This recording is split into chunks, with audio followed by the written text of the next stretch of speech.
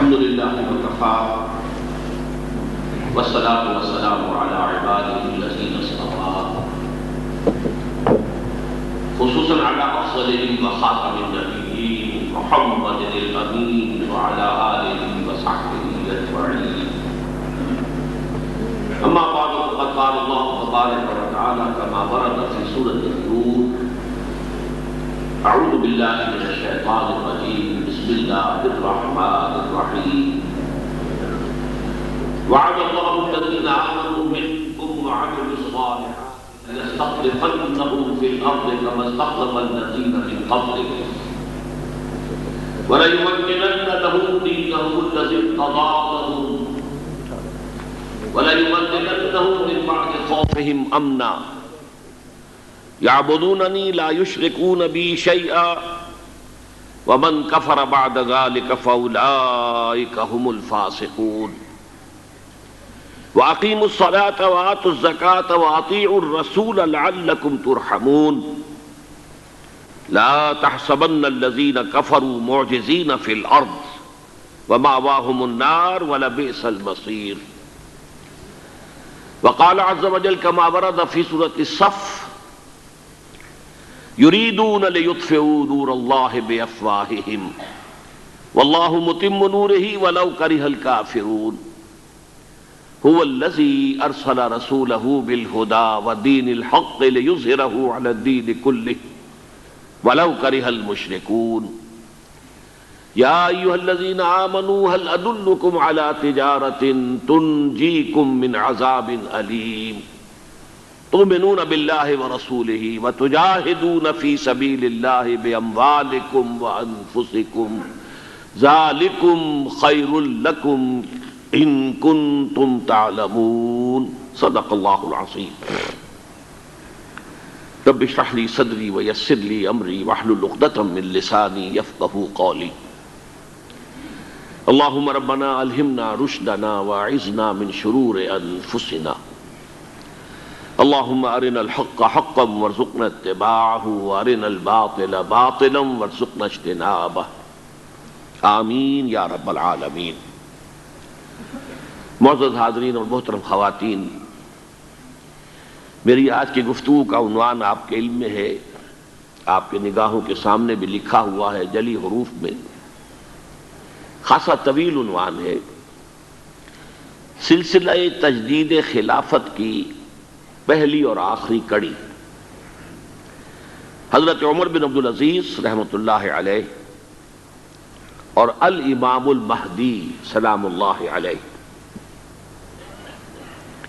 موضوع طویل بھی ہے اور متعدد موضوعات اس میں ایسے شامل ہیں کہ جن میں وضاحت کی ضرورت ہے، اس لیے کہ جدید ذہن عام طور پر ان موضوعات پر گفتگو سے زیادہ دلچسپی نہیں رکھتا. بالخصوص احادیث نبویہ میں جو پیشن گوئیاں وارد ہوئی ہیں، ہمارا جو جدید تعلیم یافتہ طبقہ ہے وہ ان سے ایک طرح کی الرجی، ایک طرح کا ذہنی بعد محسوس کرتا ہے. بہرحال موضوع نہایت اہم ہے اور میں یہ سمجھتا ہوں کہ 15ویں صدی ہجری کے اعتبار سے انتہائی ریلیونٹ موضوع ہے جس پر آج ہمیں گفتگو کرنی ہے. البتہ یہ ضرور ہے کہ گفتگو موضوع ہی کی مناسبت سے قدر طویل ہو جائے گی، تو میں آپ حضرات سے استدعا کرتا ہوں کہ پورے صبر و ثبات کے ساتھ میرا ساتھ دیجیے. بیئر ود می جسے انگریزی میں کہا جاتا ہے. میں نے آج 2 مقامات سے قرآن مجید کی آیات تلاوت کی ہیں. پہلا مقام سورہ نور کا ہے، جس کی نہایت مشہور آیت نمبر 55. اس میں اللہ تعالیٰ نے امت مسلمہ سے ایک نہایت پختہ، نہایت موثق، نہایت مؤکد وعدہ کیا ہے کہ وہ اس امت مسلمہ کو خلافت عرضی عطا کرے گا، پورے زمین کی خلافت و حکومت.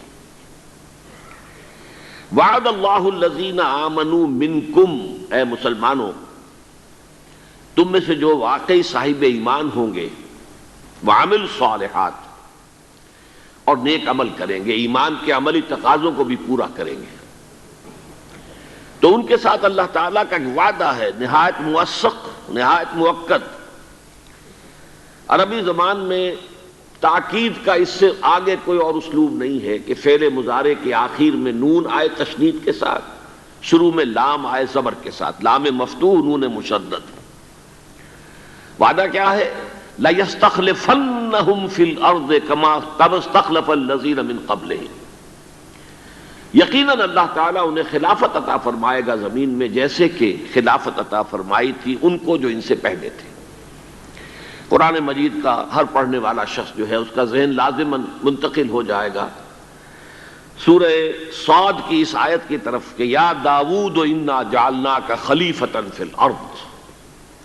روئے ارضی پر سابقہ امت مسلمہ بنی اسرائیل کے دور میں بھی خلافت کا ایک نظام قائم ہوا تھا۔ حضرت داؤد، حضرت سلیمان علیہ السلام، وہ اگرچہ بادشاہ کہلاتے تھے، حقیقت میں وہ خلفاء تھے۔ یا داؤد انا جعلناک خلیفۃ فی الارض، اے داؤد ہم نے تمہیں زمین میں خلافت عطا فرمائی ہے۔ فاحکم بین الناس بالحق، بس فیصلے کرو لوگوں کے مابین حق کے ساتھ۔ ولا تتبع الہوی فیضلک عن سبیل اللہ، اور کبھی بھی اپنی خواہش نفس کی پیروی نہ کرنا، وہ تمہیں اللہ کے راستے سے گمراہ کر دے گی۔ تو فرمایا جیسے انہیں خلافت دی تھی ویسے ہی اس امت مسلمہ کو کل روئے ارضی کی خلافت دی جائے گی۔ کما استخلف الذین من قبلہم وَلَيُمَكِّنَنَّ لَهُمْ دِينَهُمُ الَّذِي ارْتَضَىٰ لَهُمْ، اور لازماً تمکن عطا فرمائے گا، غلبہ عطا فرمائے گا اللہ تعالیٰ ان کے لیے، ان کے اس دین کو جو اللہ نے ان کے لیے پسند کر لیا ہے۔ یہاں بھی میں سمجھتا ہوں کہ قرآن مجید سے دلچسپی رہنے والا شخص جو ہے وہ لازماً سورہ مائدہ کی 30 آیت کا یہ ٹکڑا جو ہے اس کے ذہن میں آ جائے گا، الیوم اکملت لکم دینکم واتممت علیکم نعمتی ورضیت لکم الاسلام دینا، آج کے دن میں نے تمہارے لیے تمہارے دین کی تکمیل کر دی ہے، اپنی نعمت ہدایت کا اتمام کر دیا ہے، اور اب میں نے منظور فرما لیا ہے، پسند کر لیا ہے ہمیشہ ہمیشہ کے لیے تمہارے لیے دین اسلام۔ رضیت لکم الاسلام دینا، یہاں وہی لفظ آیا ہے وَلَيُمَكِّنَنَّ لَهُمْ دِينَهُمُ الَّذِي ارْتَضَىٰ لَهُمْ وَلَيُبَدِّلَنَّهُم مِّن بَعْدِ خَوْفِهِمْ أَمْنًا۔ یہ تاکید کا اسلوب کس طرح تکرار کے ساتھ آ رہا ہے، اور لازماً اللہ بدل دے گا ان کے خوف کی حالت کو امن کی کیفیت سے۔ اب یہ دیکھیے 3 وعدے کیے ہیں اللہ نے، حقیقت میں وہ ایک ہی وعدہ ہے۔ یہ بالکل جیسے عیسائی اپنے عقیدہ تثلیث کے بارے میں کہتے ہیں 3 میں 1، 1 میں 3، تو حوالہ صرف دے رہا ہوں، وہ اس وقت میرا موضوع نہیں ہے کہ یہ وعدے 3 ہیں لیکن حقیقت میں ایک ہے۔ اللہ تعالیٰ امت مسلمہ کو زمین کی خلافت عطا کرے گا، نمبر 1، اور ان کے دین کو تمکن عطا کر دے گا، نمبر 2۔ مطلب تو ایک ہی ہوا، جب مسلمانوں کو خلافت نہ عطا ہو جائے گی، حکومت عطا ہو جائے گی، تو ظاہر بات ہے کہ ان کے دین کو تمکن عطا ہو جائے گا، اور ان کے خوف کی کیفیت کو امن سے بدل دے گا۔ پھر وہی بات ہے، اس لیے کہ ظاہر بات ہے کہ جب حکومت ان کی اپنی ہوگی تو پھر ظاہر بات ہے خوف کی کیفیت نہیں ہے۔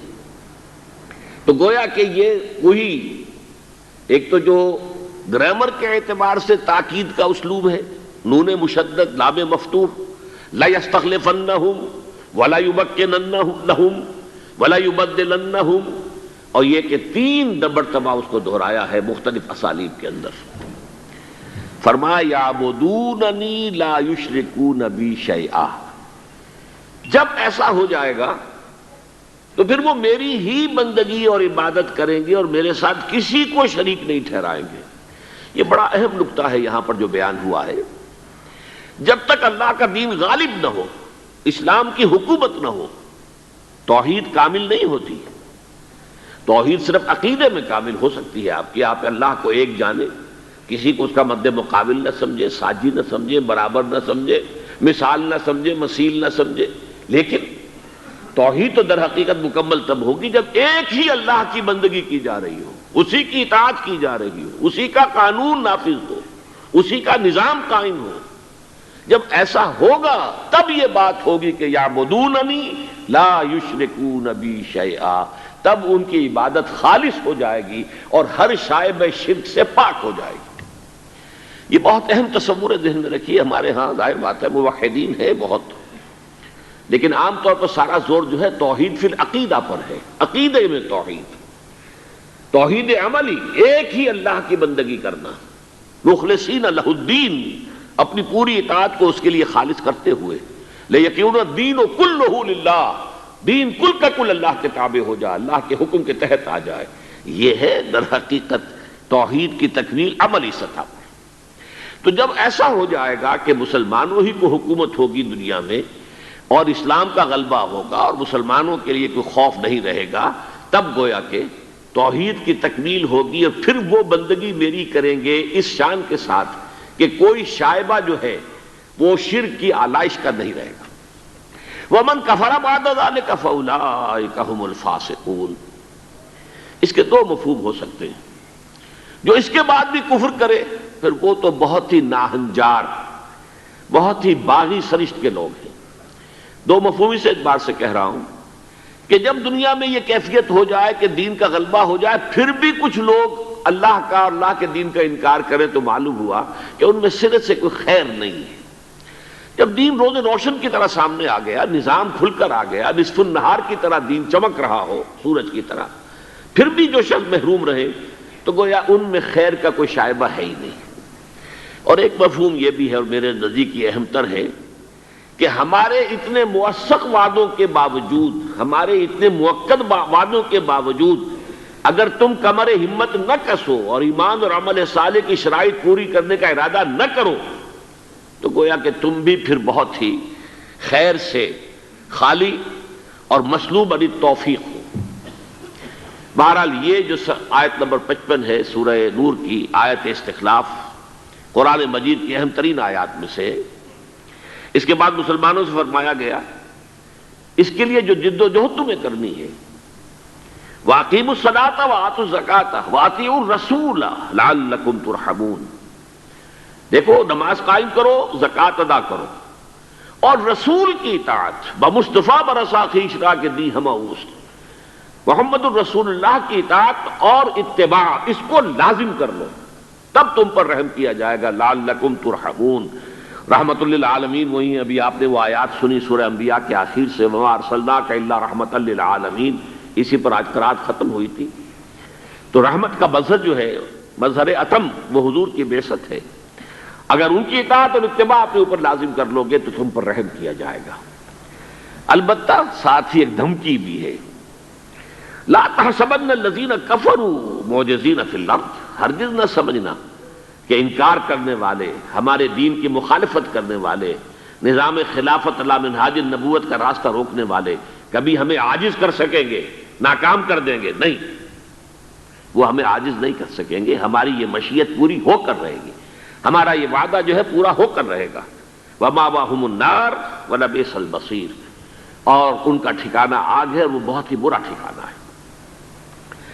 دیکھیے یہ جو وعدہ مسلمانوں سے کیا گیا یہ سن 6 ہجری میں، اس وقت تک کیفیت کیا تھی؟ جزیرہ نما عرب میں ایک چھوٹا سا شہر مدینہ، اور اس میں چند ہزار مسلمان آباد. ساتھ ہی یہ ہے کہ ان کے اندر منافقین کا 5th کالمسٹ عنصر بھی موجود ہے. پورا عرب جانی دشمن ہے، آندھیاں آ رہی ہیں، پے بپے آ رہی ہیں. بدر کی جنگ ہوئی تھی، احد میں 3000 آ گئے تھے، اور کچھ ہی عرصے پہلے احزاب میں 12000 نے آ کر گھیر لیا تھا مدینے کو. معلوم ہوتا تھا کہ جیسے بس اب چراغ بجھا کے بجھا، ایک صحرا لقدق صحرا میں ایک چراغ جل رہا ہے اور آندھیاں چل رہی ہیں اس کو بجھانے کے لیے. ہر وقت ایک خوف کی کیفیت رہتی تھی. ذرا سا کوئی شور ہوتا تھا معلوم ہوتا شاید پھر کوئی حملہ آور ہو گئے. یہ کیفیت ہمیشہ پہرا موجود رہتا تھا. لوگ معمور رہتے تھے اس پر. بسا اوقات حضور خود جا کر خبر لے کر آتے تھے کہ کوئی افواہ اڑ گئی ہے کہ پھر کوئی حملہ ہو گیا ہے. تو یہ کیفیت تھی.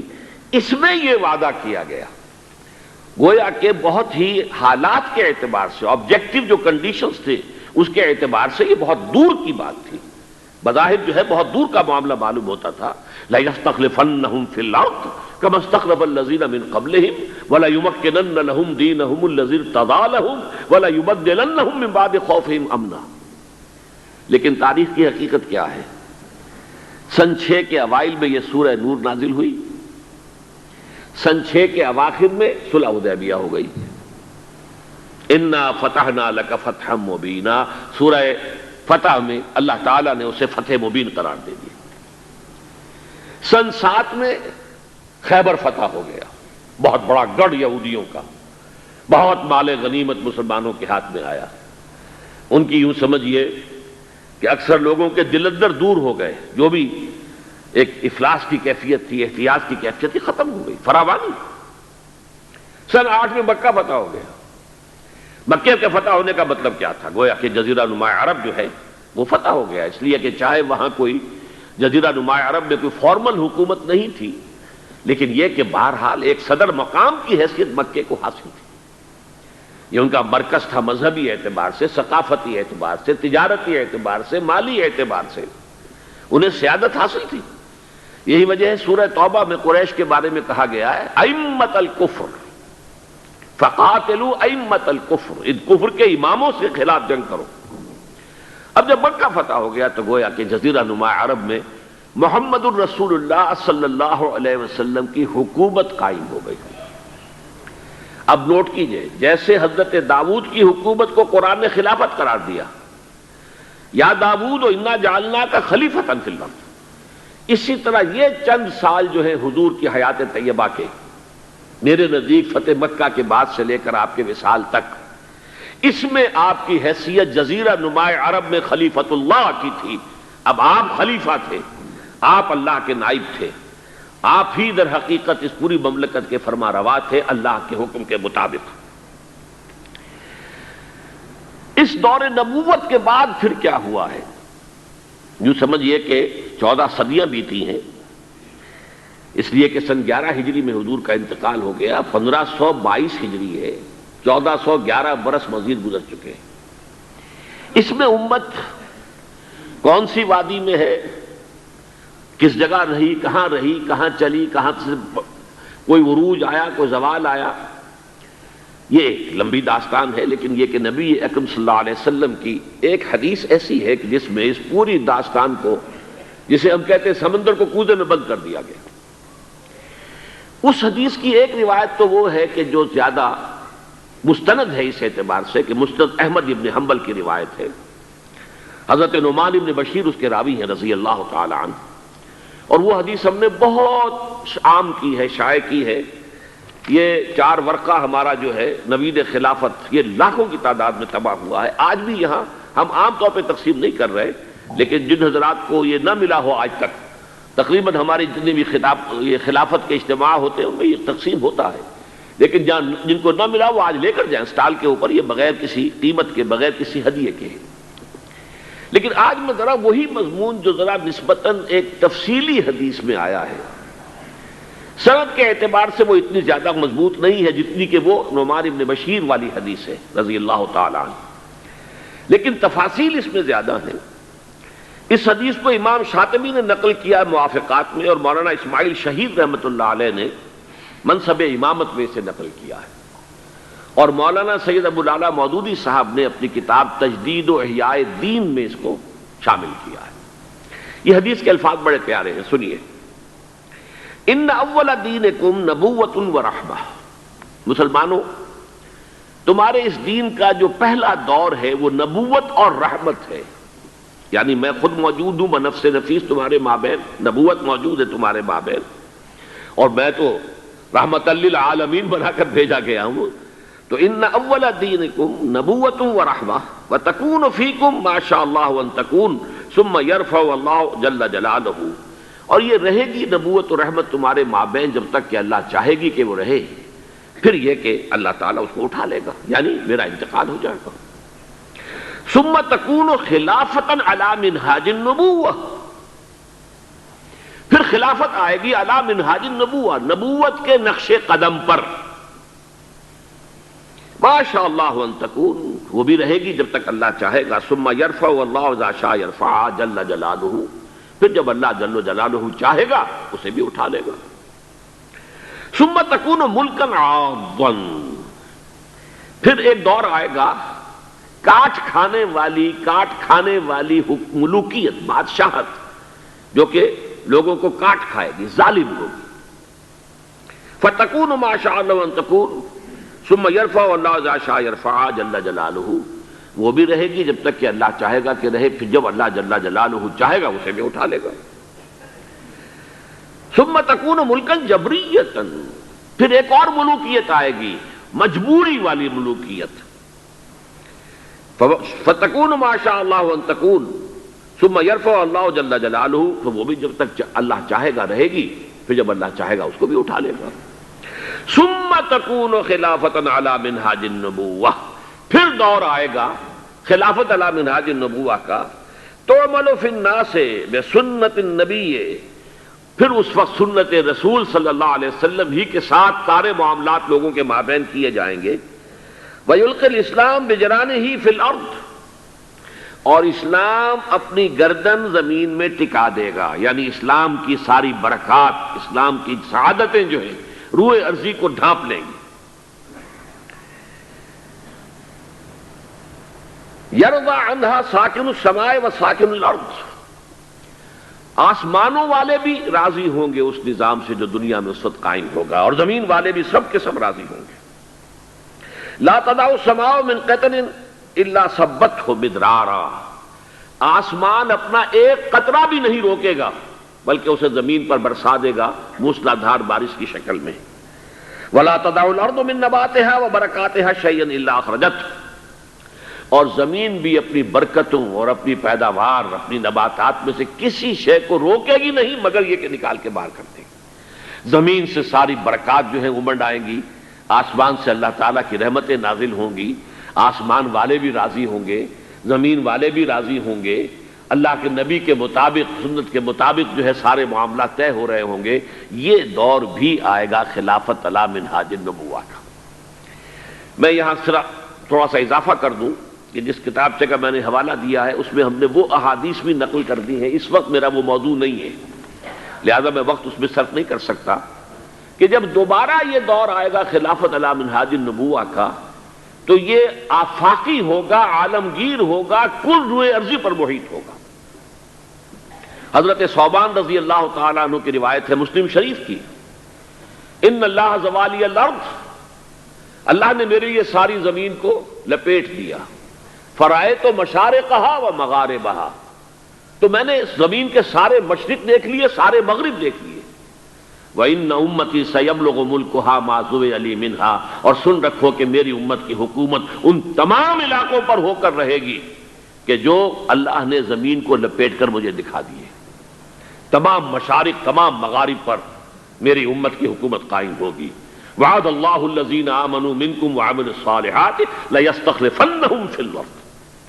اور ابھی آپ نے جو آیات مبارکہ تلاوت کی گئی ان میں سنا کہ اللہ تعالیٰ نے زبور میں لکھ دیا تھا ان الارض یرثها عبادی الصالحون، میرے صالح بندے بالآخر اس زمین کے وارث ہوں گے، کل زمین کے اوپر ان کی حکومت قائم ہو جائے گی. جو کچھ قرآن نے کہا ہے اسی کو حدیث ہمارے سامنے لا رہی ہے. اسی طرح ایک دوسری حدیث ہے حضرت مقداد بن اسود کی رضی اللہ تعالیٰ عنہ، وہ مسند احمد بن حنبل کی ہے، لا يبقى على ظاہر الارض بیت وبر ولا مدر الا ادخلہ اللہ کلمۃ الاسلام. میں پوری حدیث نہیں پڑھ رہا ہوں اس وقت. زمین پر کوئی گھر نہیں بچے گا اینٹ گارے کا بنا ہوا، نہ کوئی کمبلوں کا بنا ہوا خیمہ رہے گا جس میں اللہ کلمہ اسلام کو داخل نہ کر دے. تو یہ آفاقیت، یہ عالمگیریت، اس کو میں کہوں گا گلوبلائزیشن، جس کے اوپر بڑے ہنگامے ہو رہے ہیں اس وقت. جنوا شہر جو ہے اٹلی کا، یہ گلوبلائزیشن جو ہو رہی ہے یہ کیپٹلزم کی گلوبلائزیشن ہے، لیکن خلافت علی منہاج النبوہ کی گلوبلائزیشن ہوگی جس کی خبر دی ہے محمد الرسول اللہ صلی اللہ علیہ وسلم. اب میں آگے بڑھنے سے پہلے ایک تو یہ عرض کر دوں کہ خلافت کے بارے میں اگرچہ ہمارے ہاں بنو امیہ کے دور کو بھی خلافت کہا جاتا ہے، خلفائے بنی امیہ، بنو عباس بھی خلفاء ہیں، ترک بھی خلفاء تھے، لیکن حقیقت یہ ہے کہ خلافت علی منہاج النبوہ صرف حضرت ابو بکر، حضرت عمر، حضرت عثمان، حضرت علی اور اس میں اضافہ کیجئے حضرت حسن رضی اللہ تعالی عنہم اجمعین۔ چنانچہ ایک حدیث میں آپ کو سنا دینا چاہتا ہوں، یہ مسند احمد ابن حنبل میں بھی ہے اور جامع ترمذی میں بھی ہے۔ عن سفینۃ قال قال رسول اللہ صلی اللہ علیہ وسلم الخلافۃ 30 سنۃ ثم یکون ملکا، خلافت تو 30 برس ہوگی، کوئی 2.25 برس حضرت ابو بکر کے ہیں، 10 برس حضرت عمر کے ہیں، کچھ 12 برس سے کچھ زائد حضرت عثمان کے ہیں، پھر یہ تقریباً 5 برس حضرت علی کے ہیں، 6 مہینے حضرت حسن کے ہیں، یہ کل جمع کر لیجئے تو 30 برس بنتے۔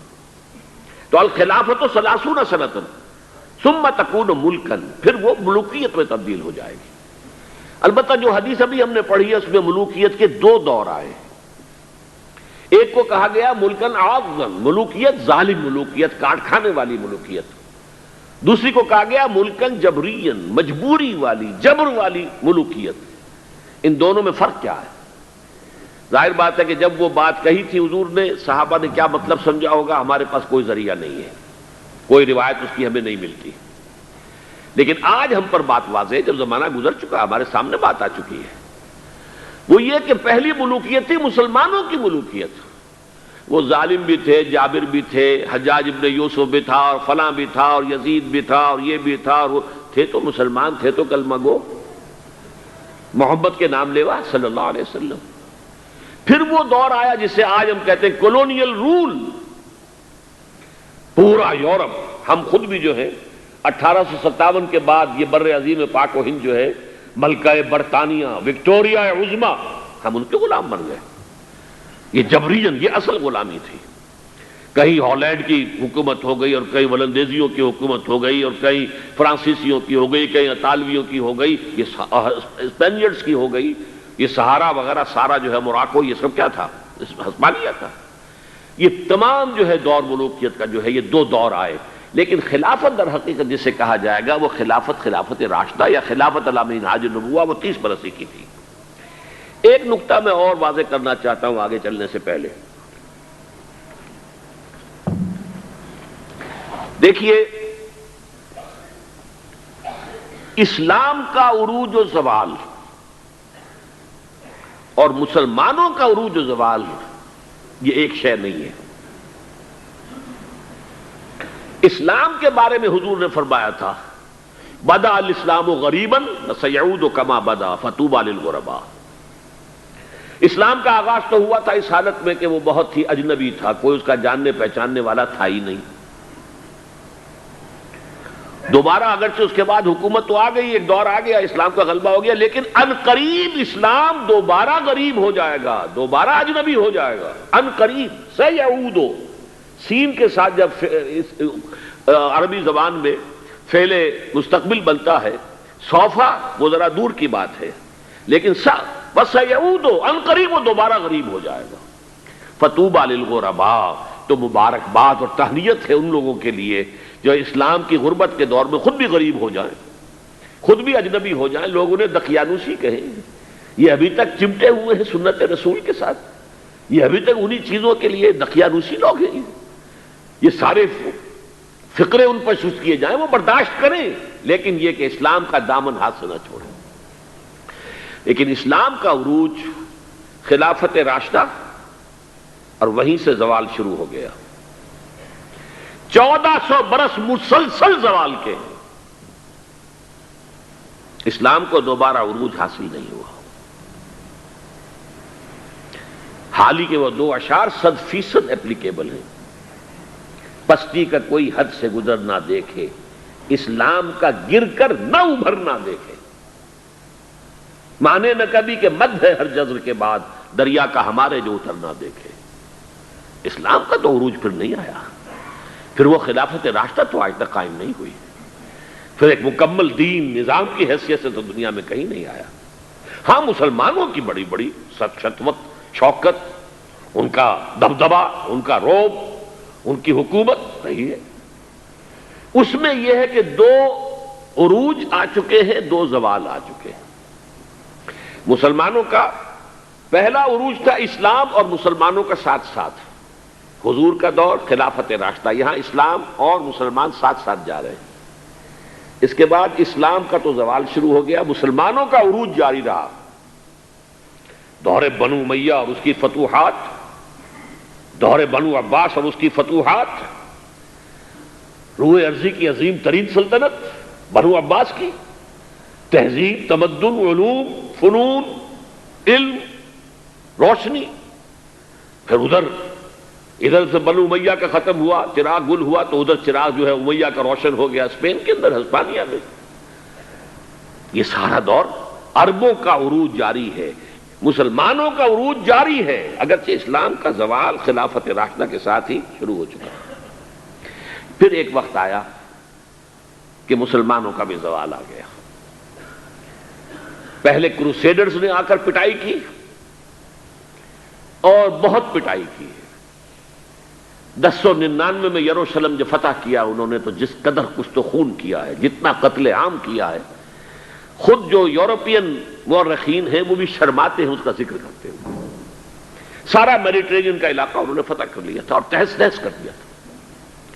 خیر اس کو تو 88 برس کے بعد صلاح الدین ایوبی رحمۃ اللہ علیہ نے واپس لے لیا، لیکن پھر اگلی صدی میں جو طوفان آیا ہے تاتاریوں کا، کروڑوں مسلمان قتل ہوئے، کروڑوں۔ 1258 میں سقوط بغداد اور خلافت بنو عباس کا ٹمٹماتا ہوا چراغ روشن، مستعصم باللہ کو گھسیٹ کر محل سے نکالا، جانور کی ایک کھال کے اندر لپیٹا اور تاتاریوں نے اپنے گھوڑوں کی سمت علیہ کچل دیا۔ اور شیخ سعدی نے کہا آسماں را حق بود گر خون ببارد بر زمین بر زوال ملک مستعصم امیر المومنین۔ یہ عربوں کا زوال، اور نوٹ کر لیجئے پلیز، اس وقت سے عرب امت مسلمہ کی قیادت سے معزول کر دیے گئے، آج تک معزول ہیں۔ دوبارہ عروج مسلمانوں کو ہوا، لیکن وہ ایک معجزہ، جن تاتاریوں نے کروڑوں کو مارا تھا مسلمانوں کو، وہی ایمان لیا۔ انہوں نے مسلمانوں کو کانکر کیا تھا، اسلام نے انہیں کانکر کر لیا۔ ہے آیا فتنہ تاتار کے افسانے سے، پاسباں مل گئے کعبے کو صنم خانے سے۔ اب یہ تاتاری ہورڈز تھے، ٹرکس، انہیں قیادت ملی عالم اسلام کی۔ ترکان تیموری ہندوستان میں، ترکان صفوی ایران میں، ترکان سلجوقی مڈل ایسٹ میں، ترکان عثمانی کا تو کہنا ہی کیا ہے، ایشیا مائنر سے شروع ہو کر پھر یہ کہ 3 بر اعظموں پر سلطنت روما کی طرح کی ایک عظیم سلطنت قائم کی ہے، دی گریٹ آٹومان امپائر، اور خلافت بھی انہیں منتقل ہو گئی۔ یہ جو دوسرا عروج تھا یہ ترکوں کے زیر قیادت تھا، عربوں کے نہیں۔ لیکن پھر اس کا بھی زوال آ گیا۔ اس کا زوال آیا یورپین کولونیلزم کے ہاتھوں۔ آغاز ہوا 1492 میں، سقوط غرناطہ، فال آف گرناڈا۔ اس کے بعد 1498 میں round the Cape of Good Hope راستہ تلاش کر لیا واسکو ڈی گاما نے، اور یہ سیلاب جو ہے کولونیل سیلاب آ گیا، ہندوستان، جزائر شرق الہند، یہ سارا آج کا انڈونیشیا، ملائیشیا، ہندوستان، یہ سب کے سب جو ہے فتح ہوتے چلے گئے، جس کا کلائمیکس تھا اس صدی کے، پچھلی صدی کے آغاز میں۔ اب تو یہ 21ویں صدی ہے، 20ویں صدی کے آغاز میں پہلی جنگ عظیم کے بعد تمام عالم اسلام یورپی حکومتوں کے زیر نگی آ گیا۔ تو یہ نوٹ کر لیجئے کہ ان 1400 سالوں میں امت مسلمہ کا ایک عروج، پھر ایک زوال، پھر ایک عروج، پھر ایک زوال۔ لیکن اسلام ایک ہی عروج تھا، اس کے بعد سے مسلسل زوال۔ اب دیکھیے یہ جو اسلام کا دور زوال ہے، اس میں اللہ تعالیٰ کی طرف سے اسلام کی حفاظت کا کیا اہتمام ہوا ہے، یہ بہت اہم نقطہ ہے، اسے توجہ سے سنیے۔ اس لیے کہ نبوت تو ختم ہو گئی محمد رسول اللہ صلی اللہ علیہ وسلم پر، بڑا شارپ کنٹراسٹ ہے۔ سابقہ امت جو تھی امت بنی اسرائیل، اس میں 1400 برس تک نبوت کا تار ٹوٹا ہی نہیں۔ یوں سمجھیے کہ ایک رسی تنی ہوئی ہے، شروع میں بھی 2 رسول 2 نبی، آخر میں بھی 2 نبی، اور دونوں کے درمیان رسی تنی ہوئی ہے۔ کوئی لمحہ اس میں ایسا نہیں آیا کہ کوئی نبی موجود نہ ہو۔ شروع 1400 قبل مسیح میں حضرت موسیٰ حضرت ہارون 2 نبی تھے کہ نہیں؟ اختتام حضرت عیسیٰ حضرت یحییٰ 2 نبی تھے کہ نہیں؟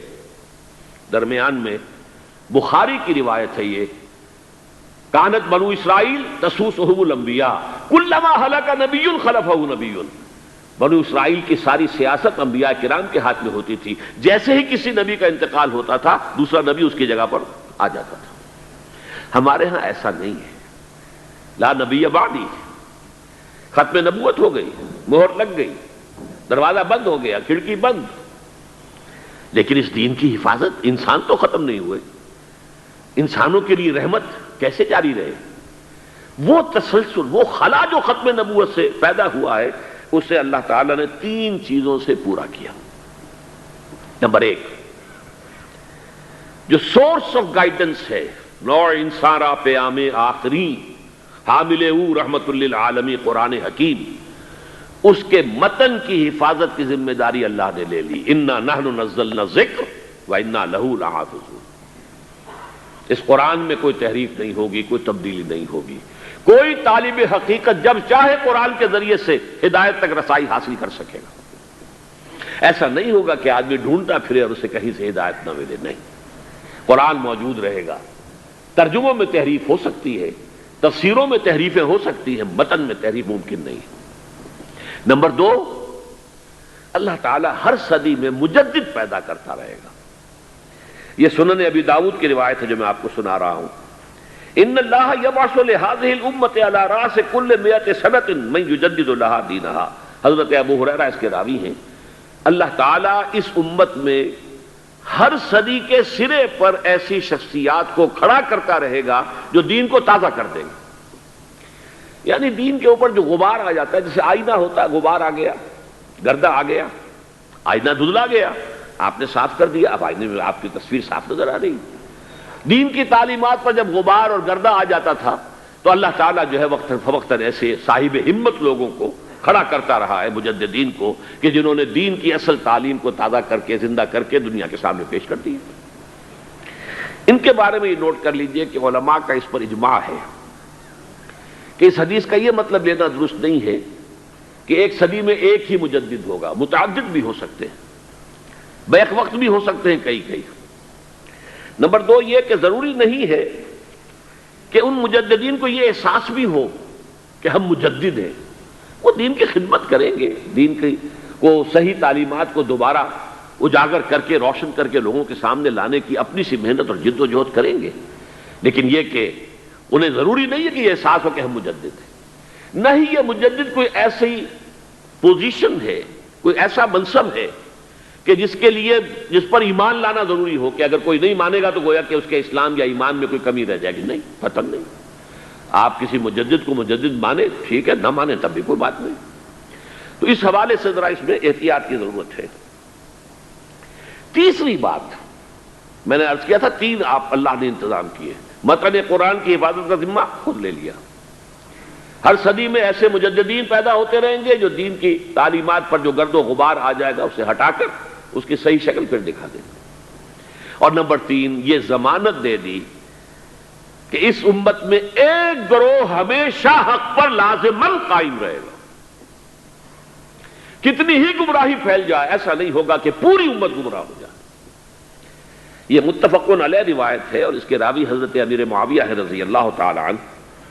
قال سمعت رسول اللہ صلی اللہ علیہ وسلم یقول لا يزال من امتی امت قائمۃ بامر اللہ لا يضرهم من خذلهم ولا من خالفهم حتى یاتی امر اللہ وهم علی ذلک۔ میری امت میں لازماً ایک گروہ حق پر قائم رہے گا، نہ کوئی ان کا ساتھ چھوڑنے والا انہیں کوئی گزن پہنچا سکے گا، نہ ان کی مخالفت کرنے والا انہیں کوئی گزن پہنچا سکے گا، وہ حق پر قائم رہیں گے اسی طرح یہاں تک کہ اللہ کا فیصلہ آ جائے۔ تو یہ گروہ جو ہے ایک گروہ لازماً رہے گا، یہ اس گروہ کے عنوان بدلتے رہیں گے، یہ نہیں ہے کہ وہ ایک ہی نام سے چلا آ رہا ہوگا، جیسا کہ ہمارے ہاں عام طور پر جو فرقہ پرست لوگ ہیں وہ سمجھتے ہیں ہمارا فرقہ جو ہے وہ گروہ ہے، نہیں، وہ تو دین کی اصل تعلیم کو لے کر کوئی مجدد آئے گا، اس کے گرد کچھ لوگ جمع ہو جائیں گے، وہ ایک طائفہ بن جائیں گے، ایک جماعت بن جائیں گے، کچھ عرصے کے بعد ان میں بھی زوال آ جائے گا، وہ فرقے کی شکل اختیار کر لیں گے، اللہ کسی اور کو اٹھا دے گا، ایک نیا گروہ پھر وجود میں آ جائے گا۔ جیسے کہ اولمپک ٹارچ ہوتی ہے کہ ایک کھلاڑی لے کر دوڑتا ہے، کوئی دور کے بعد دوسرے کو تھما دیتا ہے، وہ لے کر دوڑتا ہے، ٹارچ وہی ہے، کھلاڑی بدل گیا، دوڑنے والا بدل گیا۔ یا جیسے ڈاک کا نظام تھا شیر شاہ سوری کا، ڈھاکہ سے لے کر پشاور تک ہر 30 میل کے فاصلے پر جو ہے وہ جرنیلی سڑک کے اوپر چوکی تھی، تازہ دم گھوڑا تازہ دم سوار موجود ہے۔ ڈاک کا تھیلا جو ہے پچھلی چوکی سے جو 30 میل سرپٹ دوڑتا ہوا آیا ہے گھوڑا اور سوار، اب وہ تھک گئے ہیں، بے دم ہو گئے، وہ یہاں رک جائیں گے۔ تازہ دم جو ہے گھوڑا بھی اور سوار بھی وہ تھیلی کو لے گا اور آگے سرپٹ دوڑنا شروع کر دے گا۔ تھیلا وہی ہوگا لیکن گھوڑا اور اس کے سوار بدل جائیں گے۔ یہ کیفیت رہے گی اس طائفہ کی۔ لا یزال من امتی امت، ایک امت ہوگی امت میں سے، چھوٹی امت ودن امہ، ایک تو بڑی امت ہوگی جو آج تقریباً 1.25 ارب یا 1.5 ارب مسلمان ہیں، 150 کروڑ یا 120-125 کروڑ مسلمان دنیا میں ہے، یہ ہے گریٹر مسلم امہ۔ ان میں جو لوگ واقعتاً دین پر عمل پیرا ہوں، کاربند ہوں، دین کی جد و جہد کر رہے ہوں، دعوت الی الخیر نہی عن المنکر اور امر بالمعروف کی جد و جہد کر رہے ہیں، وہ ایک چھوٹی امت ہوتے ہیں۔ وَلْتَكُمْ مِنْكُمْ أُمَّةٌ يَدْعُونَ إِلَى الْخَيْرِ وَيَأْمُرُونَ بِالْمَعْرُوفِ وَيَنْهَوْنَ عَنِ الْمُنكَرِ وَأُولَٰئِكَ هُمُ الْمُفْلِحُونَ اللهم ربنا اجعلنا منهم۔ اب آئیے یہ جو مجددین کا تصور میں نے پیش کیا ہے، اس سلسلہ مجددین کی پہلی کڑی ہے حضرت عمر بن عبدالعزیز رحمت اللہ علیہ، جنہیں ہمارے ہاں 5واں خلیفہ راشد بھی کہا جاتا ہے۔ ولادت سن 61 ہجری کی ہے، انتقال ٹھیک 40 برس کی عمر میں 101 ہجری میں ہو گیا۔ خلافت صرف 2 سال حضرت ابوبکر کی طرح، سن 99 ہجری سے 101 ہجری۔ خود یہ مروان بن حکم کے پوتے تھے۔ بنو امیہ کے جو خلفاء ہیں ان کی 2 شاخیں ہیں، امیہ کے 2 بیٹوں سے جو شاخیں چلی ہیں، ایک حرب سے چلی ہے، اس میں ابو سفیان تھے لیکن وہ خلیفہ نہیں تھے، لیکن امیر معاویہ، پھر یزید کا بیٹا تھا معاویہ ثانی۔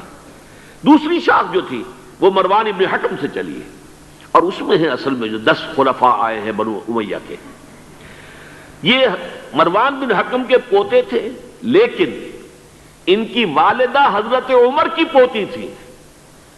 یہ جو امتزاج ہوا ہے، یہ جو حضرت عمر فاروق رضی اللہ تعالیٰ عنہ کا خون ان کی رگوں میں پہنچا ہے، اور وہ بڑا مشہور واقعہ ہے، دلچسپ واقعہ ہے کہ حضرت عمر ایک روز اپنی رات کی گشت پر تھے، جو آپ خبر گیری کے لیے رات کو سفر کرتے تھے شہر کے اندر، تو آپ نے دیکھا small hours of the morning, صبح کا فجر سے کچھ وقت پہلے کا وقت ہوگا، ایک گھر میں سے آواز آ رہی ہے ماں بیٹی کی گفتگو کی۔ ماں نے کہا بیٹی بکریوں کا دودھ نکال لیا، دہو لیا؟ کہ ہاں امی۔ اچھا اس میں کچھ پانی ملا دو۔ انہوں نے کہا امی آپ نے سنا نہیں، خلیفہ نے منادی کرائی تھی کہ دودھ میں پانی ملانا غلط ہے، ہرگز کوئی پانی نہ ملایا جائے۔ ماں نے کہا تو بیٹی خلیفہ یہاں کوئی موجود ہے، کوئی دیکھ رہا ہے، پانی ملا دو۔ بیٹے نے کہا کہ امی خلیفہ نہیں ہے، اللہ تو موجود ہے، اللہ تو دیکھ رہا ہے۔ حضرت عمر نے وہ بات سن لی، اس گھر کو آپ نے تاک لیا اور جا کے اپنے بیٹے عاصم سے کہا کہ وہاں رشتہ کر لو۔ وہ ہے لڑکی پھر جس کے نسل سے یہ حضرت عمر بن عبدالعزیز یہ پیدا ہوئے۔ تو یہ در حقیقت پوتی ہے حضرت عمر فاروق کی، ان کی والدہ ام عاصم، اور یہ خود پوتے تھے مروان بن حکم کے۔ اور جو 8واں خلیفہ تھا بنو امیہ کا سلیمان، اس کی وصیت کے مطابق یہ خلافت ان کو ملی تھی۔ اب آپ ذرا یہ سوچئے، جائزہ جو ہمیں آج لینا ہے، اس وقت تک دین کے اوپر کون سے گرد و غبار آئے تھے کہ جن کو حضرت عمر بن عبدالعزیز نے صاف کیا؟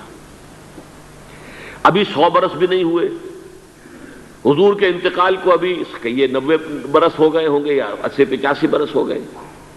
عقائد میں کوئی ٹیڑھ نہیں آیا، ابھی کوئی یونان کا فلسفہ نہیں آیا، ابھی کہیں کوئی منطق نہیں آئی، کچھ نہیں آئی، عقائد سیدھے سادہ جو عربوں کے تھے وہ ہیں۔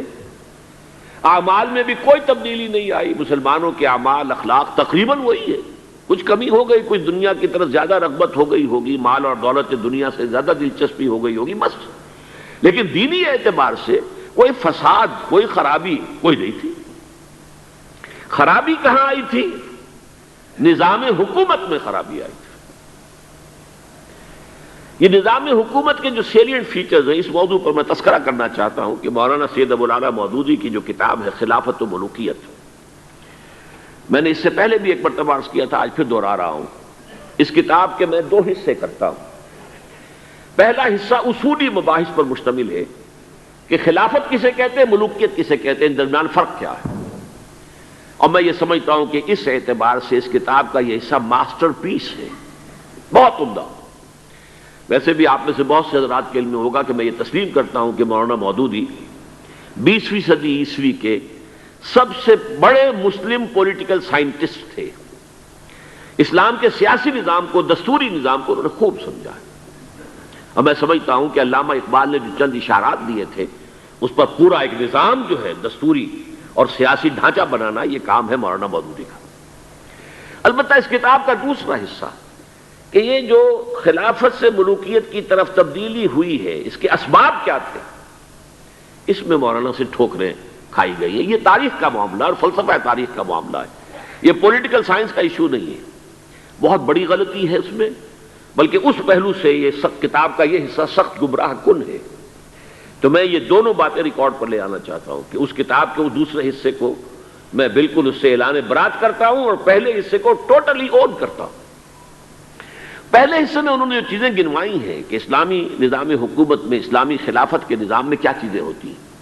نمبر ایک، اللہ کی حاکمیت، کتاب و سنت کی بالادستی، ٹھیک، یہ تو یقیناً جیسے تھی ویسے ہی اب بھی تھی، لوگوں کی انفرادی زندگیوں میں اب بھی تھی، اور یہ کہ کم سے کم نظری طور پر حکومت کی سطح پر بھی یہ حکومت اللہ کی اور کتاب و سنت کی ٹوٹل بالادستی، اس کو تسلیم کیا جاتا تھا۔ فرق کہاں آیا؟ خلافت راشدہ شورائی حکومت تھی، جبکہ اب جو حکومت بنو امیہ کی بن گئی، جسے حضور نے ملکن کہا ہے، ملوکیت، تحکمانہ انداز، ہمارا اختیار ہے، جو ہم چاہیں گے کریں گے، زمین و آسمان کا فرق واقع ہو گیا۔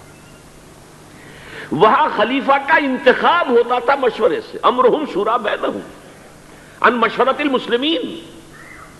یہاں اب خلافت ہو گئی قبائلی، بنو امیہ، بنو عباس، اور موروثی ہو گئی، باپ کے بعد بیٹا، بیٹے کے بعد پوتا۔ وہاں بیت المال مسلمانوں کی ملکیت، مسلمانوں کی امانت تھا خلیفہ کے پاس، اور خلیفہ کا حق اس میں صرف اتنا تھا جیسے کہ حضرت ابو بکر نے فرمایا، حضرت عمر نے فرمایا، اور یہی بات عمر بن عبدالعزیز نے کہی کہ جتنا حق کے قرآن نے دیا ہے کسی مسلمان کو، اگر اس کی زیر کفالت کو یتیم ہو، یتیموں کا مال بھی ہے، اس کی دیکھ بھال وہ کر رہا ہے، تو جو ولی ہے یتیم کا، اگر وہ غنی ہے تو اسے ایک پیسہ بھی لینا یتیم کے مال میں سے حرام ہے، لیکن اگر وہ خود محتاج ہے تو وہ ضرورت کے مطابق اس سے لے سکتا ہے، جتنا کچھ بھی ایک یتیم کا ولی یتیم کے مال میں سے لے سکتا ہے، اس سے زیادہ خلیفہ کے لیے بیت المال سے لینا جائز نہیں ہے۔ یہ معاملہ تھا ابو بکر صدیق کا، عمر فاروق کا، عثمان غنی کا، علی مرتضیٰ کا، رضی اللہ تعالیٰ عنہ اجمعین۔ لیکن اب آ کر دور بنو امیہ میں یہ جو خزانہ تھا یہ ذاتی ملکیت بن گیا، جس کی بنا پر عیش و عشرت بھی ہوئی، اور داد و دہش، جس کو چاہا جو چاہا دے دیا، جس کو چاہا اشرفیاں بخش دی، جس کو چاہا جو ہے نواز دیا، جس کی چاہا وفاداری خریدنے کے لیے خزانے میں سے، بیت المال میں سے پیسہ خرچ کر دیا۔ پھر عوام کے حقوق، یہ جو آپ کو ہیومن رائٹس کا تصور آج ملتا ہے دنیا میں، کسی شخص کو محض شبے کی بنیاد پر گرفتار نہیں کیا جا سکتا، اظہار رائے کی پوری آزادی ہے، ایک عام آدمی بھی خلیفہ ہے، اس کو ٹوک سکتا ہے کہ یہ کرتا آپ کا کہاں سے بن گیا، یہ تو ان یمنی چادروں کا بنا ہوا ہے کہ جو مال غنیمت میں آئی تھی، اور ہر مسلمان کو جتنا ٹکڑا بنا اس سے کرتا نہیں بنتا۔ آپ کا کرتا ہم دیکھ رہے ہیں، آپ نے اس یمنی چادر کا بنا ہوا کرتا پہنا ہوا ہے، ہاؤ کم، کیسے بن گیا؟ آپ ہم میں ہے بھی طویل القامت انسان۔ اور حضرت عمر ناراض نہیں ہوئے کہ مجھ پر میرا ذاتی معاملہ ہے، بلکہ کہا حضرت عبداللہ ابن عمر سے اپنے بیٹے سے کہ بیٹے آپ وضاحت کر دیں۔ ان کا کہ نہ میرا کرتا بن رہا تھا نہ ابا جان کے، میں نے اپنا حصہ جو ہے کپڑے کا وہ بھی ابا جان کو دے دیا۔ ان کا ٹھیک ہے، الآن نسمع و نطیع، جی اب فرمائیے، ہم سنیں گے، اطاعت کریں گے۔ وہ حزب اختلاف کا وہ رول نہیں تھا کہ خواہ کچھ بھی ہو مخالفت کرنی کرنی۔ ایک بوڑھی عورت ہے وہ ٹوک رہی ہے، عمر تم کون ہوتے ہو ہمارے حق مہر کے اوپر حد بندی کرنے والے؟ سیلنگ اس سے زیادہ نہیں ہوگا. تم کون ہوتے ہو؟ قرآن میں تو اللہ نے قنطار کا لفظ استعمال کیا. ڈھیروں مال دیا ہو اگر مہر میں تب بھی اگر طلاق دیتے ہو تو تم واپس لینے کے حقدار نہیں ہو. حضرت عمر نے تسلیم کیا کہ آج ایک عورت نے عمر کو دین سکھایا اور اپنا آرڈیننس واپس لے لیا. یہ نظام حکومت, یہ مساوات کے سفر کر رہے ہیں. بیت المقدس کا سفر کوئی 50-100 میل نہیں ہے, 700 میل کا سفر, نقو صحرا کا سفر. اور ایک خادم, ایک اونٹ, اس پر باری باری بیٹھ رہے ہیں, جس لیے کہ 2 آدمی بیک وقت نہیں بیٹھ سکتے. سارا راشن بھی اسی اونٹ پر ہے. ایک منزل خلیفہ اوپر بیٹھے ہیں تو خادم جو ہے نکیل پکڑ کر آگے چل رہا ہے. اگلی منزل میں اب خادم اوپر بیٹھا ہے اور خلیفہ جو ہے نکیل پکڑ کے آگے چل رہا ہے. یہ مساوات, یہ تھی خلافت راشدہ. ظاہر بات ہے کہ اب صورتحال تبدیل ہو گئی. پہلے ملک جو تھا وہ اللہ کا تھا, اب ذاتی جاگیر بن گیا, اور اس ذاتی جاگیر میں سے جاگیریں دے دی گئی اپنے خاندان والوں کو, بنو امیہ کو سب سے بڑھ کر, اپنے جو بھی اور وفادار ہیں, جو بھی اور حمایتی ہیں ان کو. اس کے علاوہ جس کے لیے حضور نے اسے ملکن اعظم کہا ہے, ملکن اعظم. افزا یعزو کہتے ہیں دانتوں سے کاٹنے کو, کاٹ کھانے والی, کٹکھنی. جیسے کاٹ کھانے والا کتا ہوتا ہے, کٹکھنا کتا, تو یہ کٹکھنی ملوکیت. اس کے لیے نوٹ کیجئے اسی دور میں حضرت عمر بن عبدالعزیز سے پہلے اسی دور بنو امیہ میں سانحہ کربلا ہوا, عظیم ترین سانحہ. پھر واقعہ حرہ ہوا, 3 دن تک مدینے کو حلال کر دیا گیا فوجیوں کے لیے. جس طرح چاہو لوٹو, جس طرح چاہو عصمت دری کرو, جو چاہو کرو, مال عزت سب تمہارے لیے جائز. مسلمانوں کے ہاتھوں ہوا یہ, اور مدینے کا ہوا, مدینے کا شروع ہوا. پھر اسی دور میں حضرت عبداللہ ابن زبیر کی شہادت ہوئی سن 73 ہجری میں. پھر حجاج ابن یوسف جیسا ڈکٹیٹر اسی دور میں تھا. سینکڑوں تابعین کو جس نے ذرا کوئی بات کہہ دی, جس کے بارے میں ذرا اندیشہ ہوا کہ یہ جو بھی اس وقت کی حکومت ہے اس کے خلاف کوئی بات کہہ رہا, گردن اڑا دو. کوئی پوچھ تاچھ نہیں, کوئی مقدمہ نہیں, کوئی الزام لگا کر ثبوت کو دینے کی کوئی ضرورت ہی نہیں. سینکڑوں تابعی. اسی دور حکومت میں محمد ابن قاسم جو یہاں ملتان تک چل کر آ گیا تھا رحمت اللہ علیہ, اور اب وہ ارادہ کر رہا تھا آزاد کشمیر کی طرف, پہاڑی علاقوں کی طرف جو ہے وہ فتح اور کشمیر کی طرف جانے کا, واپس بلا کر شہید کر دیا گیا. کیوں؟ بہت پاپولر ہو گیا تھا محمد ابن قاسم. ہندوؤں نے اس کے بت بنا کر اپنے مندروں میں رکھ لیے تھے پوجنے کے لیے. یہ تو اوتار ہے, در جوانی توبہ کردل سیوائے پیغمبری. یہ نوجوان اور اتنا نیک, ان کے لیے تو کوئی قیاس کے قابل بات تھی نہیں. اوتار, وہ تو فوراً اوتار مانگتے ہیں نا. پھر بت بنا کے مندروں میں رکھ دیے گئے. اندیشہ ہو گیا. ملوکیت کو ہمیشہ خطرہ ہوتا ہے. کوئی شخص ذرا پاپولر ہونے لگے تو کان کھڑے ہو جاتے ہیں کہ ہمارے لیے خطرہ بن جائے گا, لہذا شہید کر دیا گیا. موسیٰ ابن نصیر کے ساتھ یہی ہوا ہے, جن کے ایک جرنیل طارق ابن زیاد نے عثمانیہ فتح کیا ہے. بوڑھے جرنیل کو بلا کر سارا دن دھوپ میں کھڑا رکھا گیا ہے, یہاں تک کہ وہ بے ہوش ہو کر گرا ہے. حالانکہ اس کی وجہ سے شمالی افریقہ کے بڑے علاقے فتح ہوئے, اور انہی کے جرنیل تھے طارق ابن زیاد. یہ ہے وہ کاٹ کھانے والی صفت جو ہے ملوکیت کی, ملکن عاضن. حضرت عمر بن عبدالعزیز نے کیا کیا؟ دیکھیے, ان کا تجدیدی کارنامہ صرف 3 نکات پر مشتمل ہے. یہ میں بتا چکا ہوں آپ کو. ابھی نہ عقائد میں کوئی کجی آئی تھی, نہ اعمال میں کوئی خرابی آئی تھی. عوام کے حکومت کے نظام میں تبدیلی ہوئی تھی, اب موروثی ہو گئی تھی اور تحکمانہ ہو گئی تھی. خلیفہ جو ہے وہ موروثی یا نامزد ہوتا تھا, اور یہ جاگیر بن گئی تھی اپنی ذاتی, بیت المال. انہوں نے 3 ہی کام کیے. نمبر 1, ان کو خلافت ملی تھی اصل میں سلیمان جو ان سے پہلے خلیفہ تھے ان کی وصیت کی بنیاد پر. لیکن یہ احتیاط کر لی گئی تھی کہ اگر کہیں یہ وصیت پہلے لوگوں کے علم میں آ گئی تو شاید لوگ بغاوت کریں اور حضرت عمر بن عبدالعزیز کو گوارا نہ کریں. لیکن یہ کہ انہوں نے یہ کیا, جو اس وقت کے ذمہ دار لوگ تھے, کہ پہلے وصیت لا کر وصیت پر بیعت لے لی گئی کہ یہ وصیت ہم تسلیم کریں گے. ابھی سلیمان کے انتقال کی خبر بھی نہیں دی گئی, اسے بھی چھپا کر رکھا ہوا تھا. اس کے بعد وصیت کھولی گئی اور حضرت عمر بن عبدالعزیز اور اعلان کیا گیا کہ سلیمان کا انتقال ہو گیا. تب لوگوں نے بیعت کر لی، کیونکہ بیعت تو کر چکے تھے، وصیت کی بیعت کر چکے تھے. اس وصیت میں سے عمر بن عبدالعزیز برآمد ہو گئے تو وہ بیعت خود بخود ہو گئی. لیکن انہوں نے جا کے اعلان کیا مجمع عام میں، لوگوں مجھ پر یہ خلافت کی ذمہ داری ڈال دی گئی ہے، بغیر مجھ سے پوچھے، بغیر میرے مشورے کے، بغیر میری خواہش کے، لیکن میں آپ کی گردنوں میں سے اپنی خلافت کے اس قلادے کو اتار کر پھینک دیتا ہوں. آپ جسے چاہیں اپنی آزاد مرضی سے مشورے سے خلیفہ بنا دیں. یہ پہلی اصلاح تھی. موروثیت ختم، نامزدگی ختم.